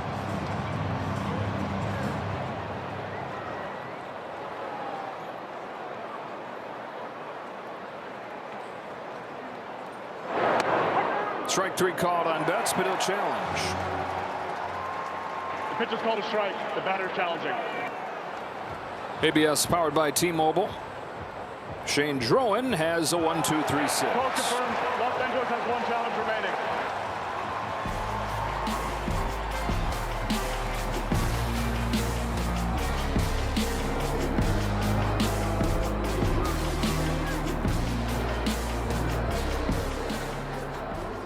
World champion Dodger baseball on Sportsnet LA is brought to you by Jack in the Box. Jack's new Smash Jack Sliders Munchie Meal with a chance to win the $75,000 prize for Jack's 75th anniversary.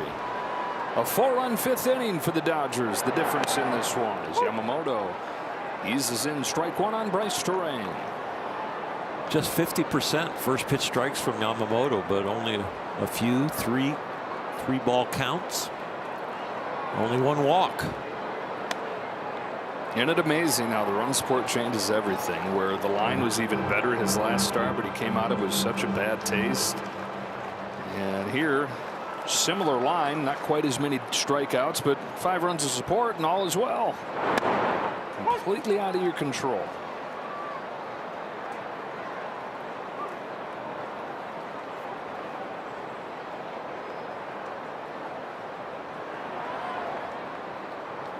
One more tight pitch count inning, and he's got a chance to complete this game. That's what he does here. 66. No outs in the 6th. On his game.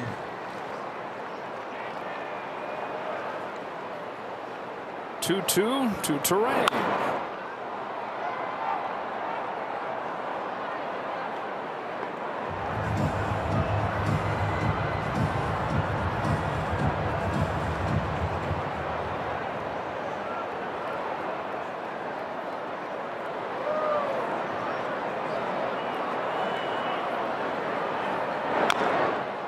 Along first, won't be easy. Freeman didn't get him. He says, yes, I did.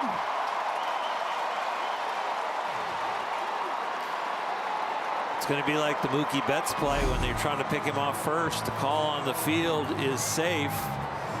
He gets him on the thigh, but let's see where the hand is. I think he's out.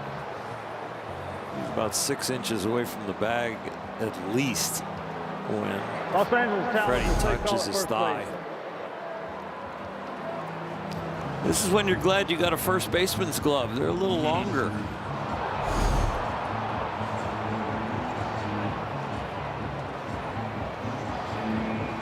Yep, that glove is just long enough.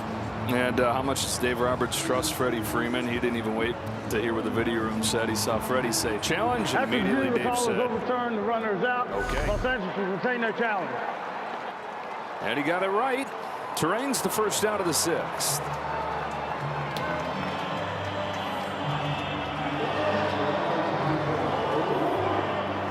Here's his old Braves teammate, William Contreras.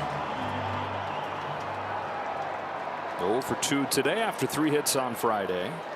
Younger brother of Wilson Contreras. Rips a line drive into center. Base hit.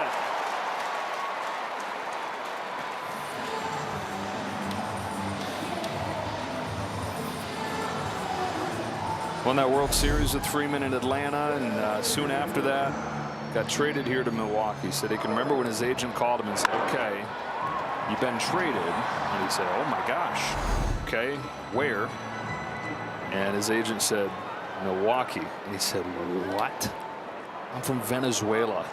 I'm going to Milwaukee? But I give that story to tell you that he now talks about how much he loves playing here, and they love him too. A fan favorite. Now in his 4th season with the team. So you're saying there's not a big Venezuelan community here? He said it was already drastic going Venezuela to Atlanta. Yeah. Bowers slaps a base hit to left.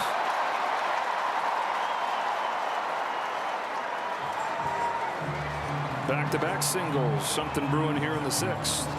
We've seen this swing from Terang and some other Brewers where they just kind of slash it, keep their hands in, and carve it over there to left field. Contact hitting team. They might not win the exit velocity race, but they sure put it in play and give themselves a chance. Dave Roberts is on his soapbox to us a little bit the other day about that, saying for a while there it got to the point where if it didn't light up the exit velocity scoreboard, it was scoffed at. Vaughn here with 2 out, or with 1 out, pops it foul, and Dave's saying no, we're coming back around to realizing that even a hit like that, which isn't going to be high exit velocity, that's hitting. Sure is. Shouldn't be docked because you didn't hit it 100 miles an hour.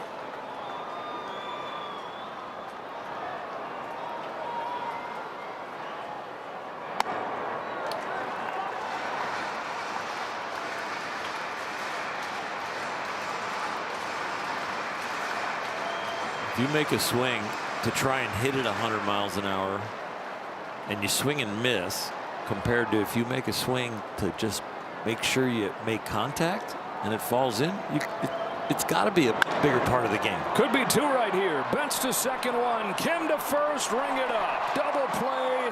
And 6 in the books for Yamamoto.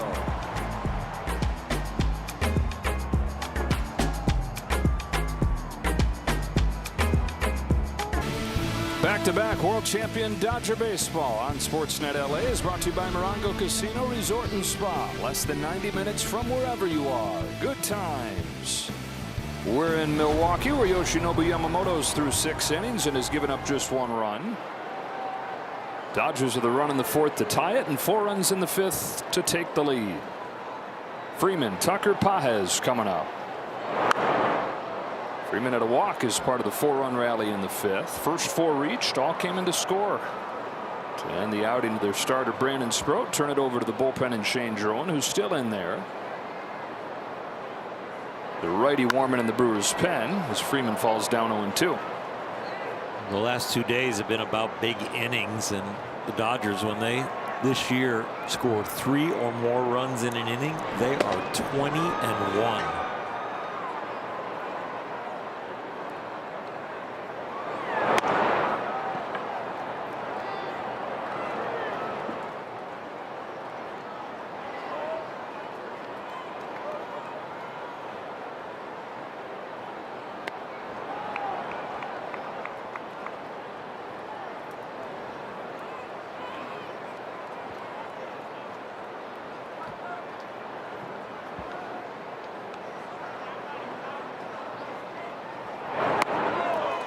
Freeman down on strikes for the 3rd time today.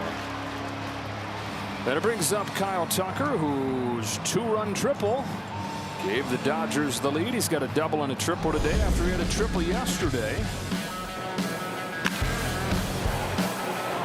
I remember early in the season we were lamenting the fact that he was being too aggressive or real aggressive on first pitches, but now as he's swinging the bat early in the count, he's getting some production, a lot of production. And the Dodgers have this 5-1 lead, even though Ohtani, Betts, and Freeman together are 1 for 10. It's this part of the order that's gotten it done. Tucker, Pages, Hernandez rushing.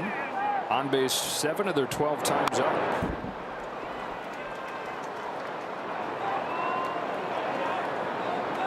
Two through 6 in game 1 when they lost was the area that they were a little bit of a flat tire.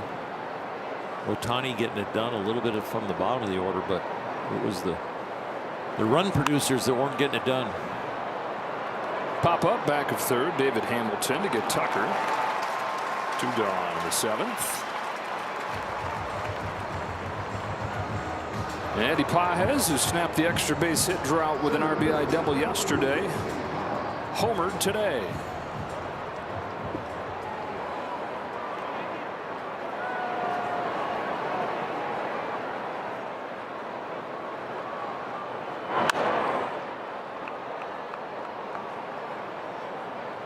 th this year after he had 27 last season.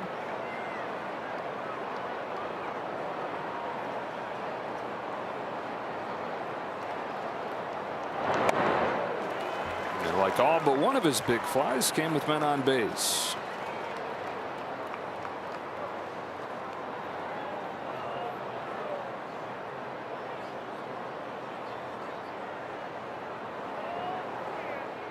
Jerome doing a nice job. He's retired 8 in a row.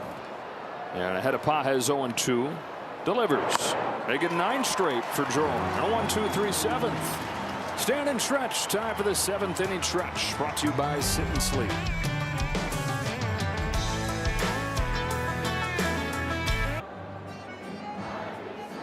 Fans on May 29th and take home an exclusive Alex Vesia bobblehead. Presented by Starlux Airlines. Visit Dodgers.com/promotions for more information.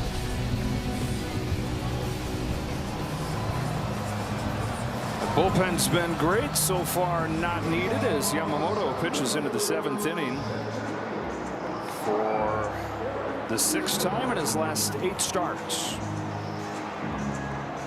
I The ground ball machine keeps working. He has 11 out of the 18 outs so far, and his career high is 12.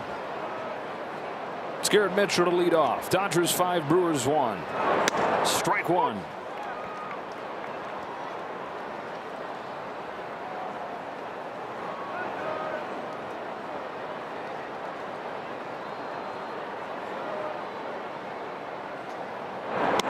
Strike two. That was a dandy. That was so late. That's almost unhittable.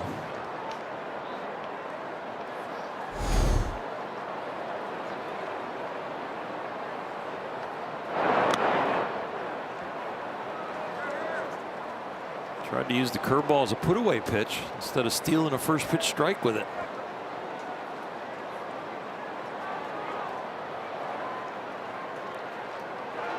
Here's his 1-2 to Mitchell, who has reached both times in this game. Fastball's high. Run support nice to potentially get him a win, but nice too to, I'm sure, change the mood that you're out there with. Yeah, a little more free and easy. Whenever you remove the pressure of one pitch can beat me or one pitch can tie the game, all of a sudden there is more of a natural relaxation out there where your concentration is just a little different. The pressure, of course, way different. Got him looking. Well, he's gotten here into the 7th inning without the strikeout stuff. Just his 3rd of the day.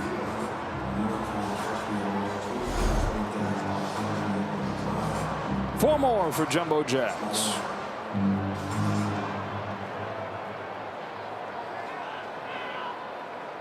Frelick.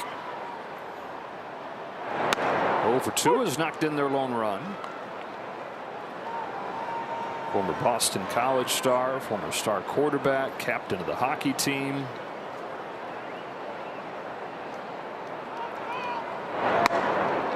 Baseball is his favorite, but football is his best. He was the state player of the year in Massachusetts as a senior quarterback. Had 50 touchdowns and an offer from Army.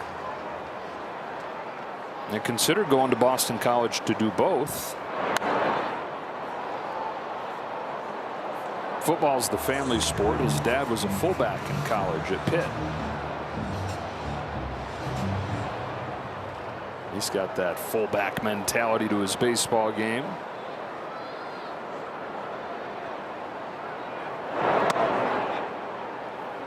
Rarely strikes out, but down 1 and 2 here.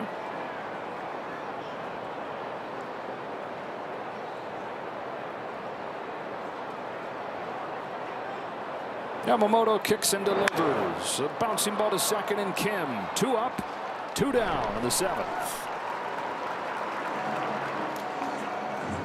That ground ball out ties a career high for Yamamoto, and that's what's really keeping this pitch count in order.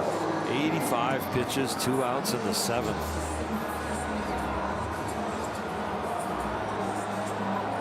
Mark Pryor's talked to us about how much he enjoys watching Yamamoto, and hard for these coaches to get so invested to enjoy.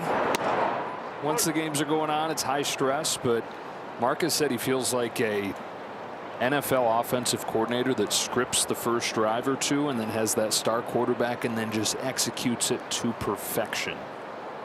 Ortiz takes a little low, 1-1. You know, they go into these game planning meetings and here's how you're going to get the guy out. You're not always going to execute that, but he said with Yamamoto, a lot of days it feels like he does exactly what they talk about.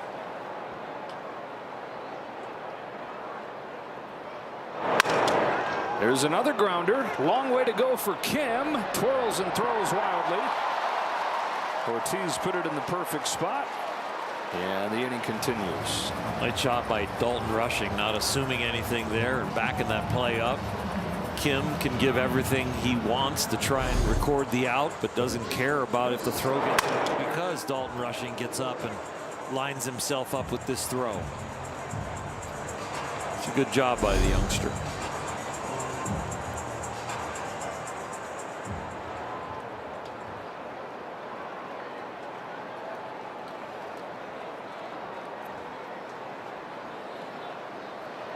Hamilton with 2 out.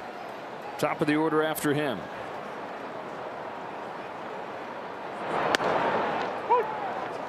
Kim turns that into a dazzling play. Yamamoto's got his career high ground out record at 13. He's still got a chance. I don't think they're going to be taking him out of this game.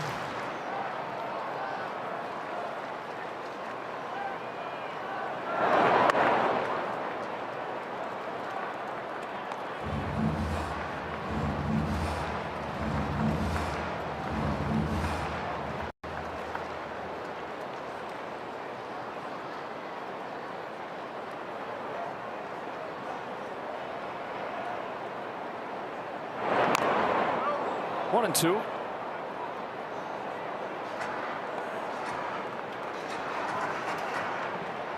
Tanner Scott getting ready.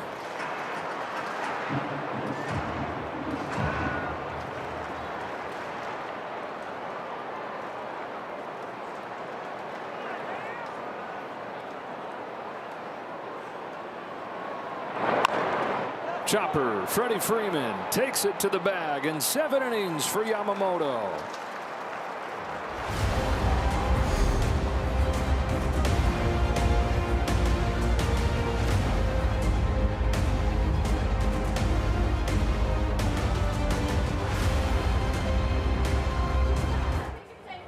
Innings are going to be it for Yamamoto. Just 1 run, second start in a row. He goes 7 innings and gives up a run, but the temperature totally different with the support he's gotten, and he's all smiles, leaving with a 5-1 lead. He was really on his game today, and the offense gave him the support, and he's going to have a great day tomorrow, because if they finish this off, get him a W, comes in tomorrow into work, we're home. Beautiful locker room, get a good workout in, put your uniform on, and watch a big league ball game from the best seat in the house on a big league bench. You loved those days, didn't you? The day after a good one. Yep. 2-0 from Carlos Rodriguez. You put in all that work, you know, and then you have the pressure going into your start day where a lot of it relies on you, and then you have a good one, and your offense supports you, and your defense supports you, and the next day is, you just can't wait to work out.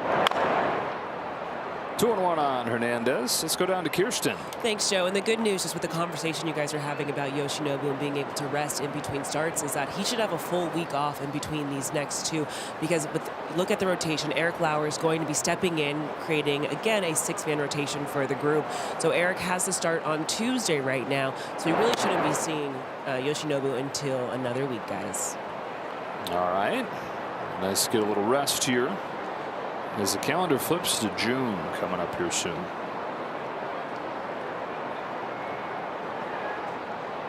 Walking a single for Teoscar after his 6 RBI game yesterday. Lifts this one to right. Freelet goes back, puts it away. Yoshinobu has been taken out of the game, but he's still over there on the iPad grinding it out.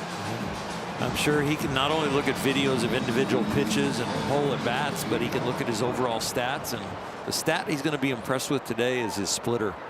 It hasn't been at its best, but today they were only 1 for 9 off of that. So back to the championship series complete game here. The Brewers won for their last 21 against that pitch. Rushing sprays it foul. Single and a walk today.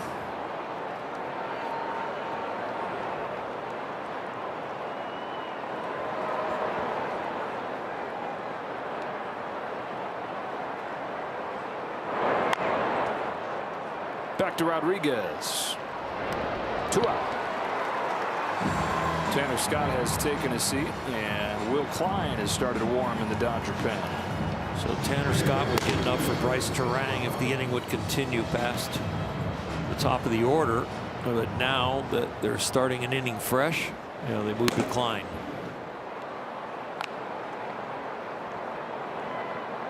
Brewers bullpen keeping them within reach here. This is 10 in a row retired. Make that 11 in a row retired since Andy Pages' home run capped off the 4-run 5th. And now Kim. Get it in play. 0 for 3 strikeouts today.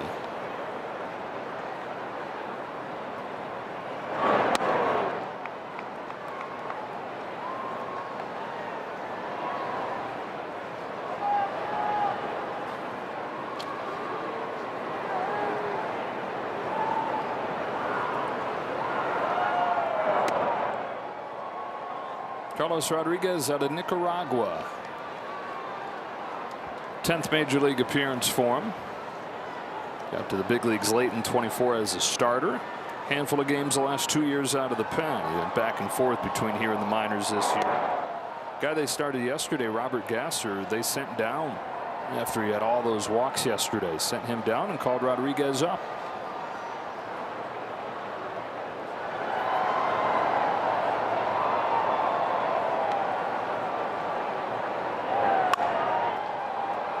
Into right, Frelick, and a third consecutive 1-2-3 inning for the Milwaukee Pen.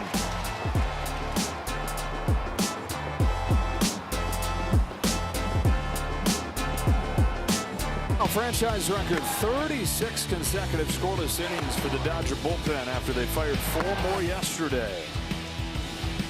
And they're going to go to work here in the 8th inning of a 5-1 ball game. Call to the bullpen brought to you by Jacoby and Myers. It's Will Klein who has contributed to that streak in a big way lately. 5 consecutive scoreless outings. He can open a game for you. He did in Anaheim, a couple innings, and then he can close a game for you. Top of the order. First career save on Tuesday, and then Wednesday did another 1-2-3 ninth. Strike one on Jackson Churio. Back-to-back fastballs, and that one tied him up. Right-handers hitting just 160 against Klein. Still had his issues with lefties. They're at 300. The righties between that fastball and then the sweeper, which has been the career-making pitch for him. Connor McGinnis showed him the grip to it right after he got here after the trade from Seattle last year. And it clicked pretty quickly. Nothing but hard stuff here. No big deal for Tucker. One away in the 8th. As soon as this one wraps up and the Dodgers are 5 outs away from making that so, stay tuned for Access Sportsnet Dodgers presented by Mercury Insurance. Pages is good. Oh, Pages, He's a good page turner. He is very good.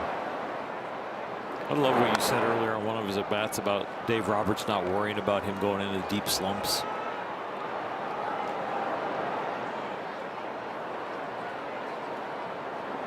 Terrain here. 101. 100.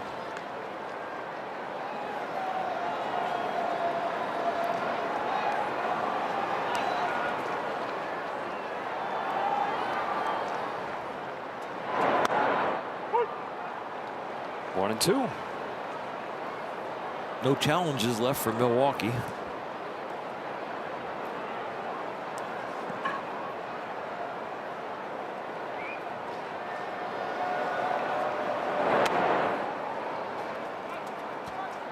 Yamamoto 7 full innings for the 2nd time in a row, the 4th time out of his last 7 starts. And since the start of last season, the 13th time that he's done that. It's 3rd most in the National League. Christopher Sanchez of the Phillies, Logan Webb, and then Yamamoto.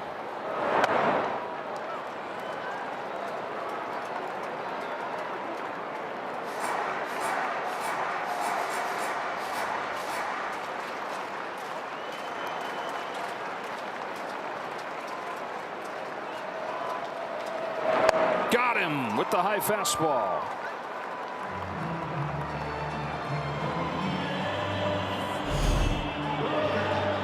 Anticipation of a great fastball gets hitters to swing at the top of the zone when it's too high. There's one thing that's great about velocity. You can have a little bigger spray pattern. Dodgers now #1 in baseball. Bullpen ERA. Ball one on Contreras after they were 21st last year. This is after they've lost Edwin Diaz. In fact, you go back to when Edwin Diaz had his surgery. It was April 17th that they placed him on the IL. ERA since then is below 220. Very comfortable place for a manager and a pitching coach. 1-2 on Contreras.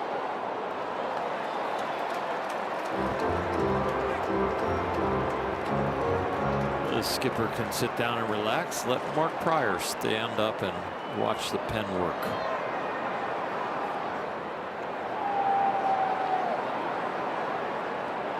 Klein fires 1-2 and misses high. Velocity's up from Klein in this outing. He averages 97. He's been 99 and 100.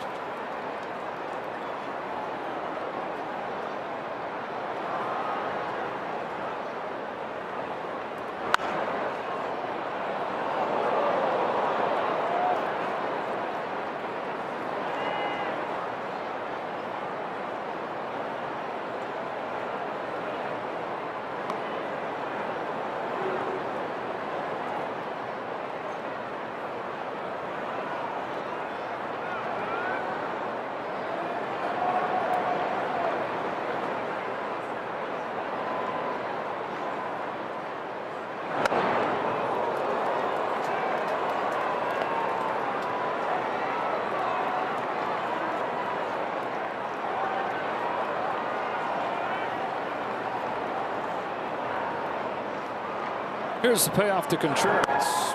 Wrinkles it in there for strike 3. 1-2-3 inning for Klein. Another goose egg for the pen.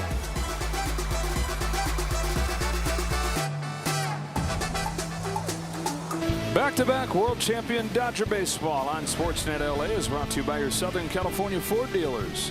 Discover the complete Ford lineup. Rugged, stylish, and powerful trucks and SUVs engineered for your adventures. Just off of the shores of Lake Michigan.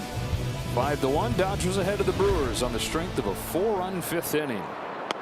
Rojas starts the 9th, takes a strike from Rodriguez. First 4 hitters of that 5th inning reach, and all came in to score. Single, walk, triple, homer. Big hits from Tucker and Pages in that stretch.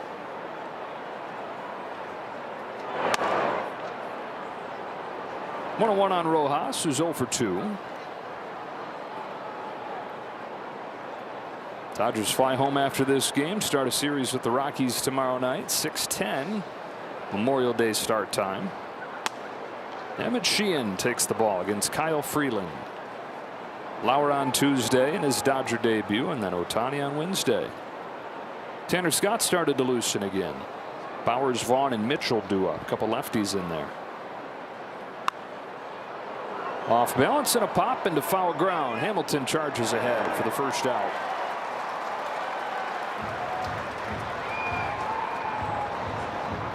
Dodgers looking at a 7-2 trip if they can hang on here. It'll be their 9th win out of their last 11. ERA below 170 in those 11 games. Last chance for Ohtani to extend his 9-game hitting streak.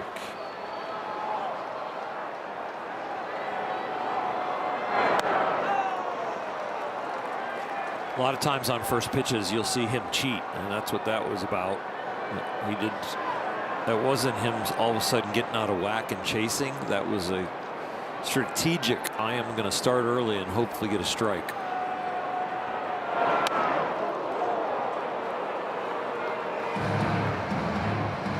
Big leaguers early in the count would rather swing and miss than hit it weakly on the ground or pop it up.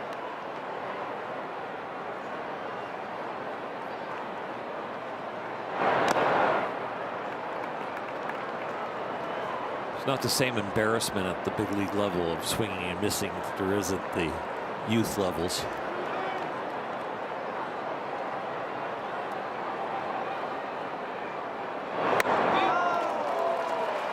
Swings and misses on both changeups that he's thrown.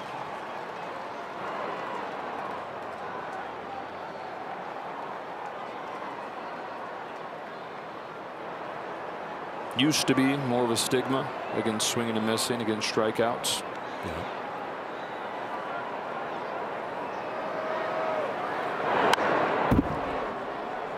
But when you're guessing and you're cheating on a pitcher and hoping to get a strike, when you don't and you look like you've chased, it's not as big a chase as you think when it's like first or second pitch.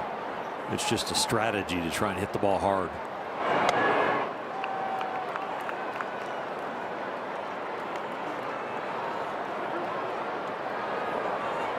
Especially 1 out, nobody on in a 5-1 game, and it's the 9th. And let it eat, huh? Yeah, you get a few more of those. And instead, he calmly takes his 2nd walk of the day.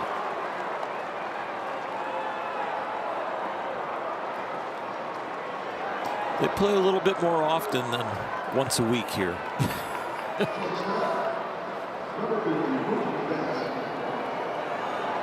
Mookie's 1 for 4. Infield hit for his first hit of the weekend to open that 4-run fifth.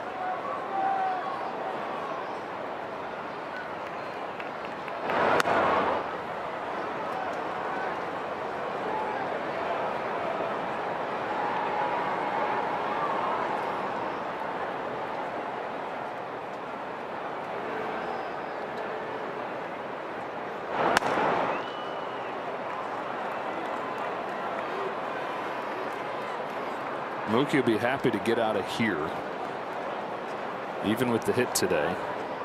He is 1 for his last 32 here. Pop up, shadow right. Yeah, and that is terrain for out number 2. Or 2 for his last 32 here. Either way, he doesn't like hitting in Miller Park.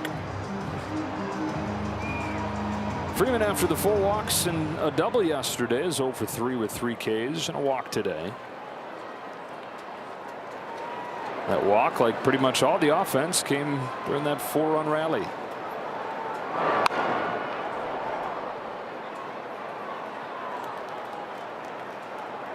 We've seen a lot of frustrated looking swings from him today. Yeah, he has not been the one to hide his emotions in the last month or so. Pretty much know exactly where he's at.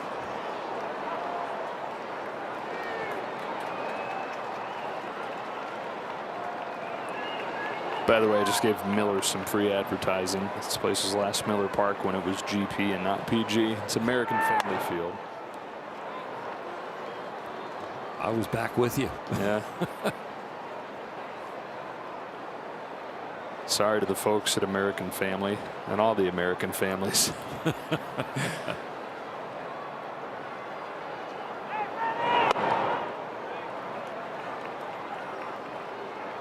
Bernie.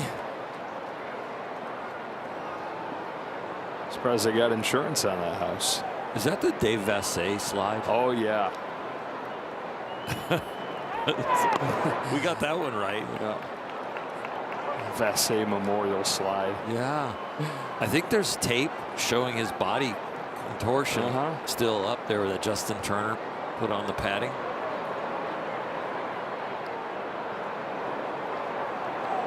What a guy to come back and do all his post-game interviews after breaking his arm. Legendary. Freddie's 6th walk the last 2 days.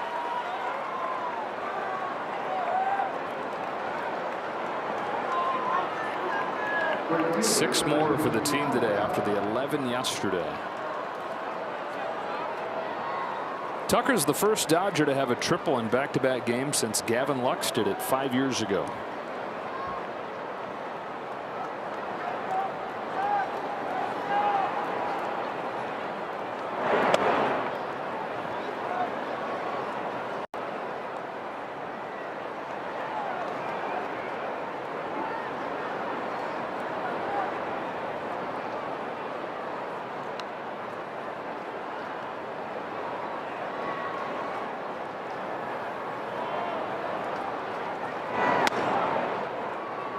On Tucker.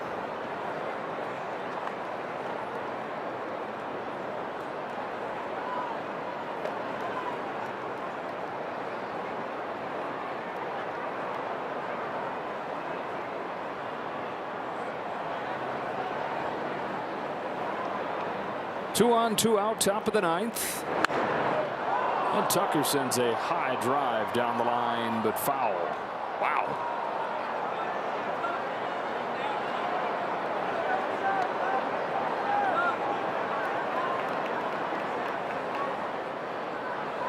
Dodgers are looking for their first hit since Pages' home run capped off the 4 runs in the 5th inning. They've got 2 walks, but no base hits.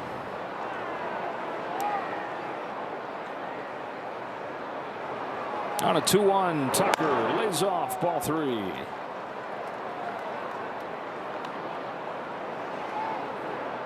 This has been tough to watch for Pat Murphy and Brewers fans. The staff normally doesn't walk a ton of guys.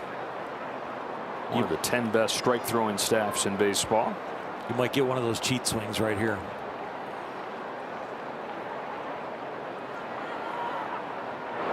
Oh, man. That might go into the 4th deck. It did.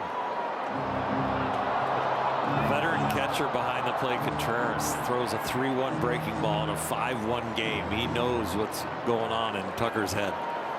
Especially if a guy's been barreling it up. Got a few hits in his pocket.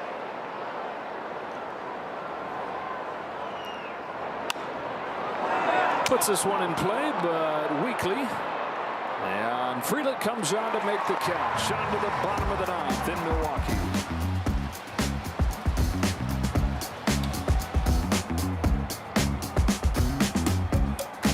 Back in Milwaukee, bottom of the 9th inning, 5-1. The Dodgers in front. 7 innings from Yamamoto today.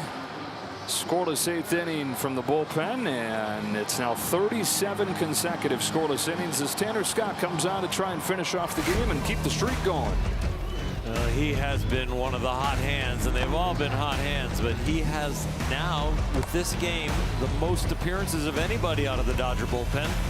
And he hasn't pitched in much traffic. He's got a whip just over a half a runner an inning. Very clean outings. Struck out 3 yesterday, did Scott. Luis Rengifo pinch hits to start this 9th. Pinch hitting for Jake Bauers. It's been 1 month since Scott gave up a run.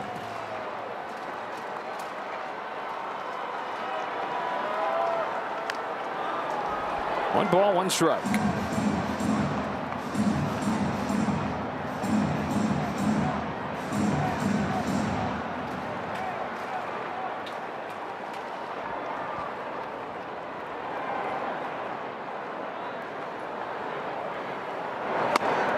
Late swing and a miss, 1-2. Stabilizing force. Go back to Edwin Diaz's injury. That thrusted Scott back into the role that he was in before Diaz got here. Not necessarily labeled him the closer, but the top leverage guy. And him doing that has allowed everybody else to pretty much stay where they were. A combination of knowing he can take down the tough lefties in the 8th or the 9th, and the starters going deep into the games really lines up for not only workload for the bullpen, but which hitters they want them against.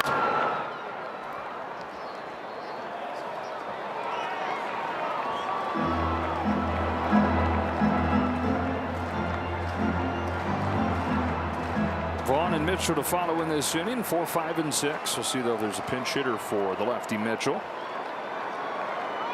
Another 2-2. Another foul ball. Rengifo, always a hard guy to strike out. One of the hardest in the National League. Shown some pop throughout his career. Does not have a home run as a Brewer though.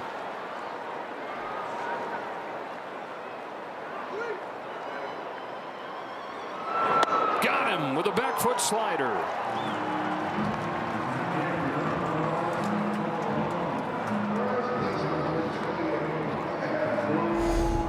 Tanner, more and more of a mystery out there on what is he going to pull the trigger on, and that was a beautiful pitch. Looks like a fastball down the middle and buries. So strikeouts for all 4 outs that he's recorded this weekend. And now Andrew Vaughn, 1 for 3. Check swing, tap it to first. Freeman will take it himself, and the Dodgers are out away from taking this series.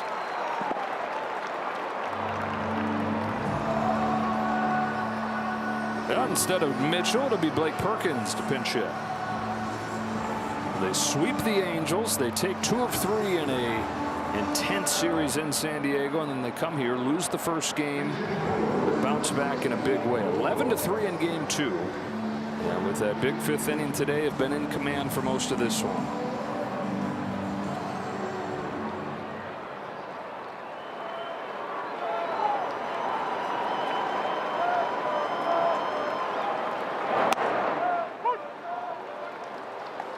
Rockies and Phillies coming in starting tomorrow. 6:10 first pitch, first game of that series. And Dave Roberts' bobblehead giveaway night. We don't have Memorial Day plans.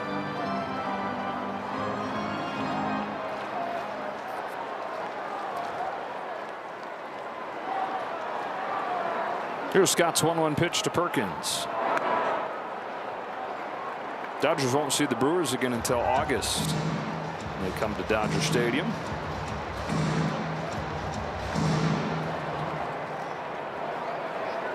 It'll be a fascinating race to watch in the Central. See where they're at when they come back in August. All 5 teams still above 500.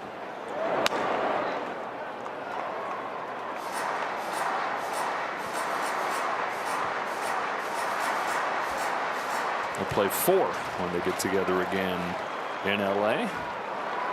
And who knows, maybe again in October. Strike 2, and Scott's a strike away. This bullpen has been fabulous, and they have been really good in this series. Only given up 2 hits in 8 2/3 innings so far. Looks like it's going to be a 2-hitter through 9 here in a second.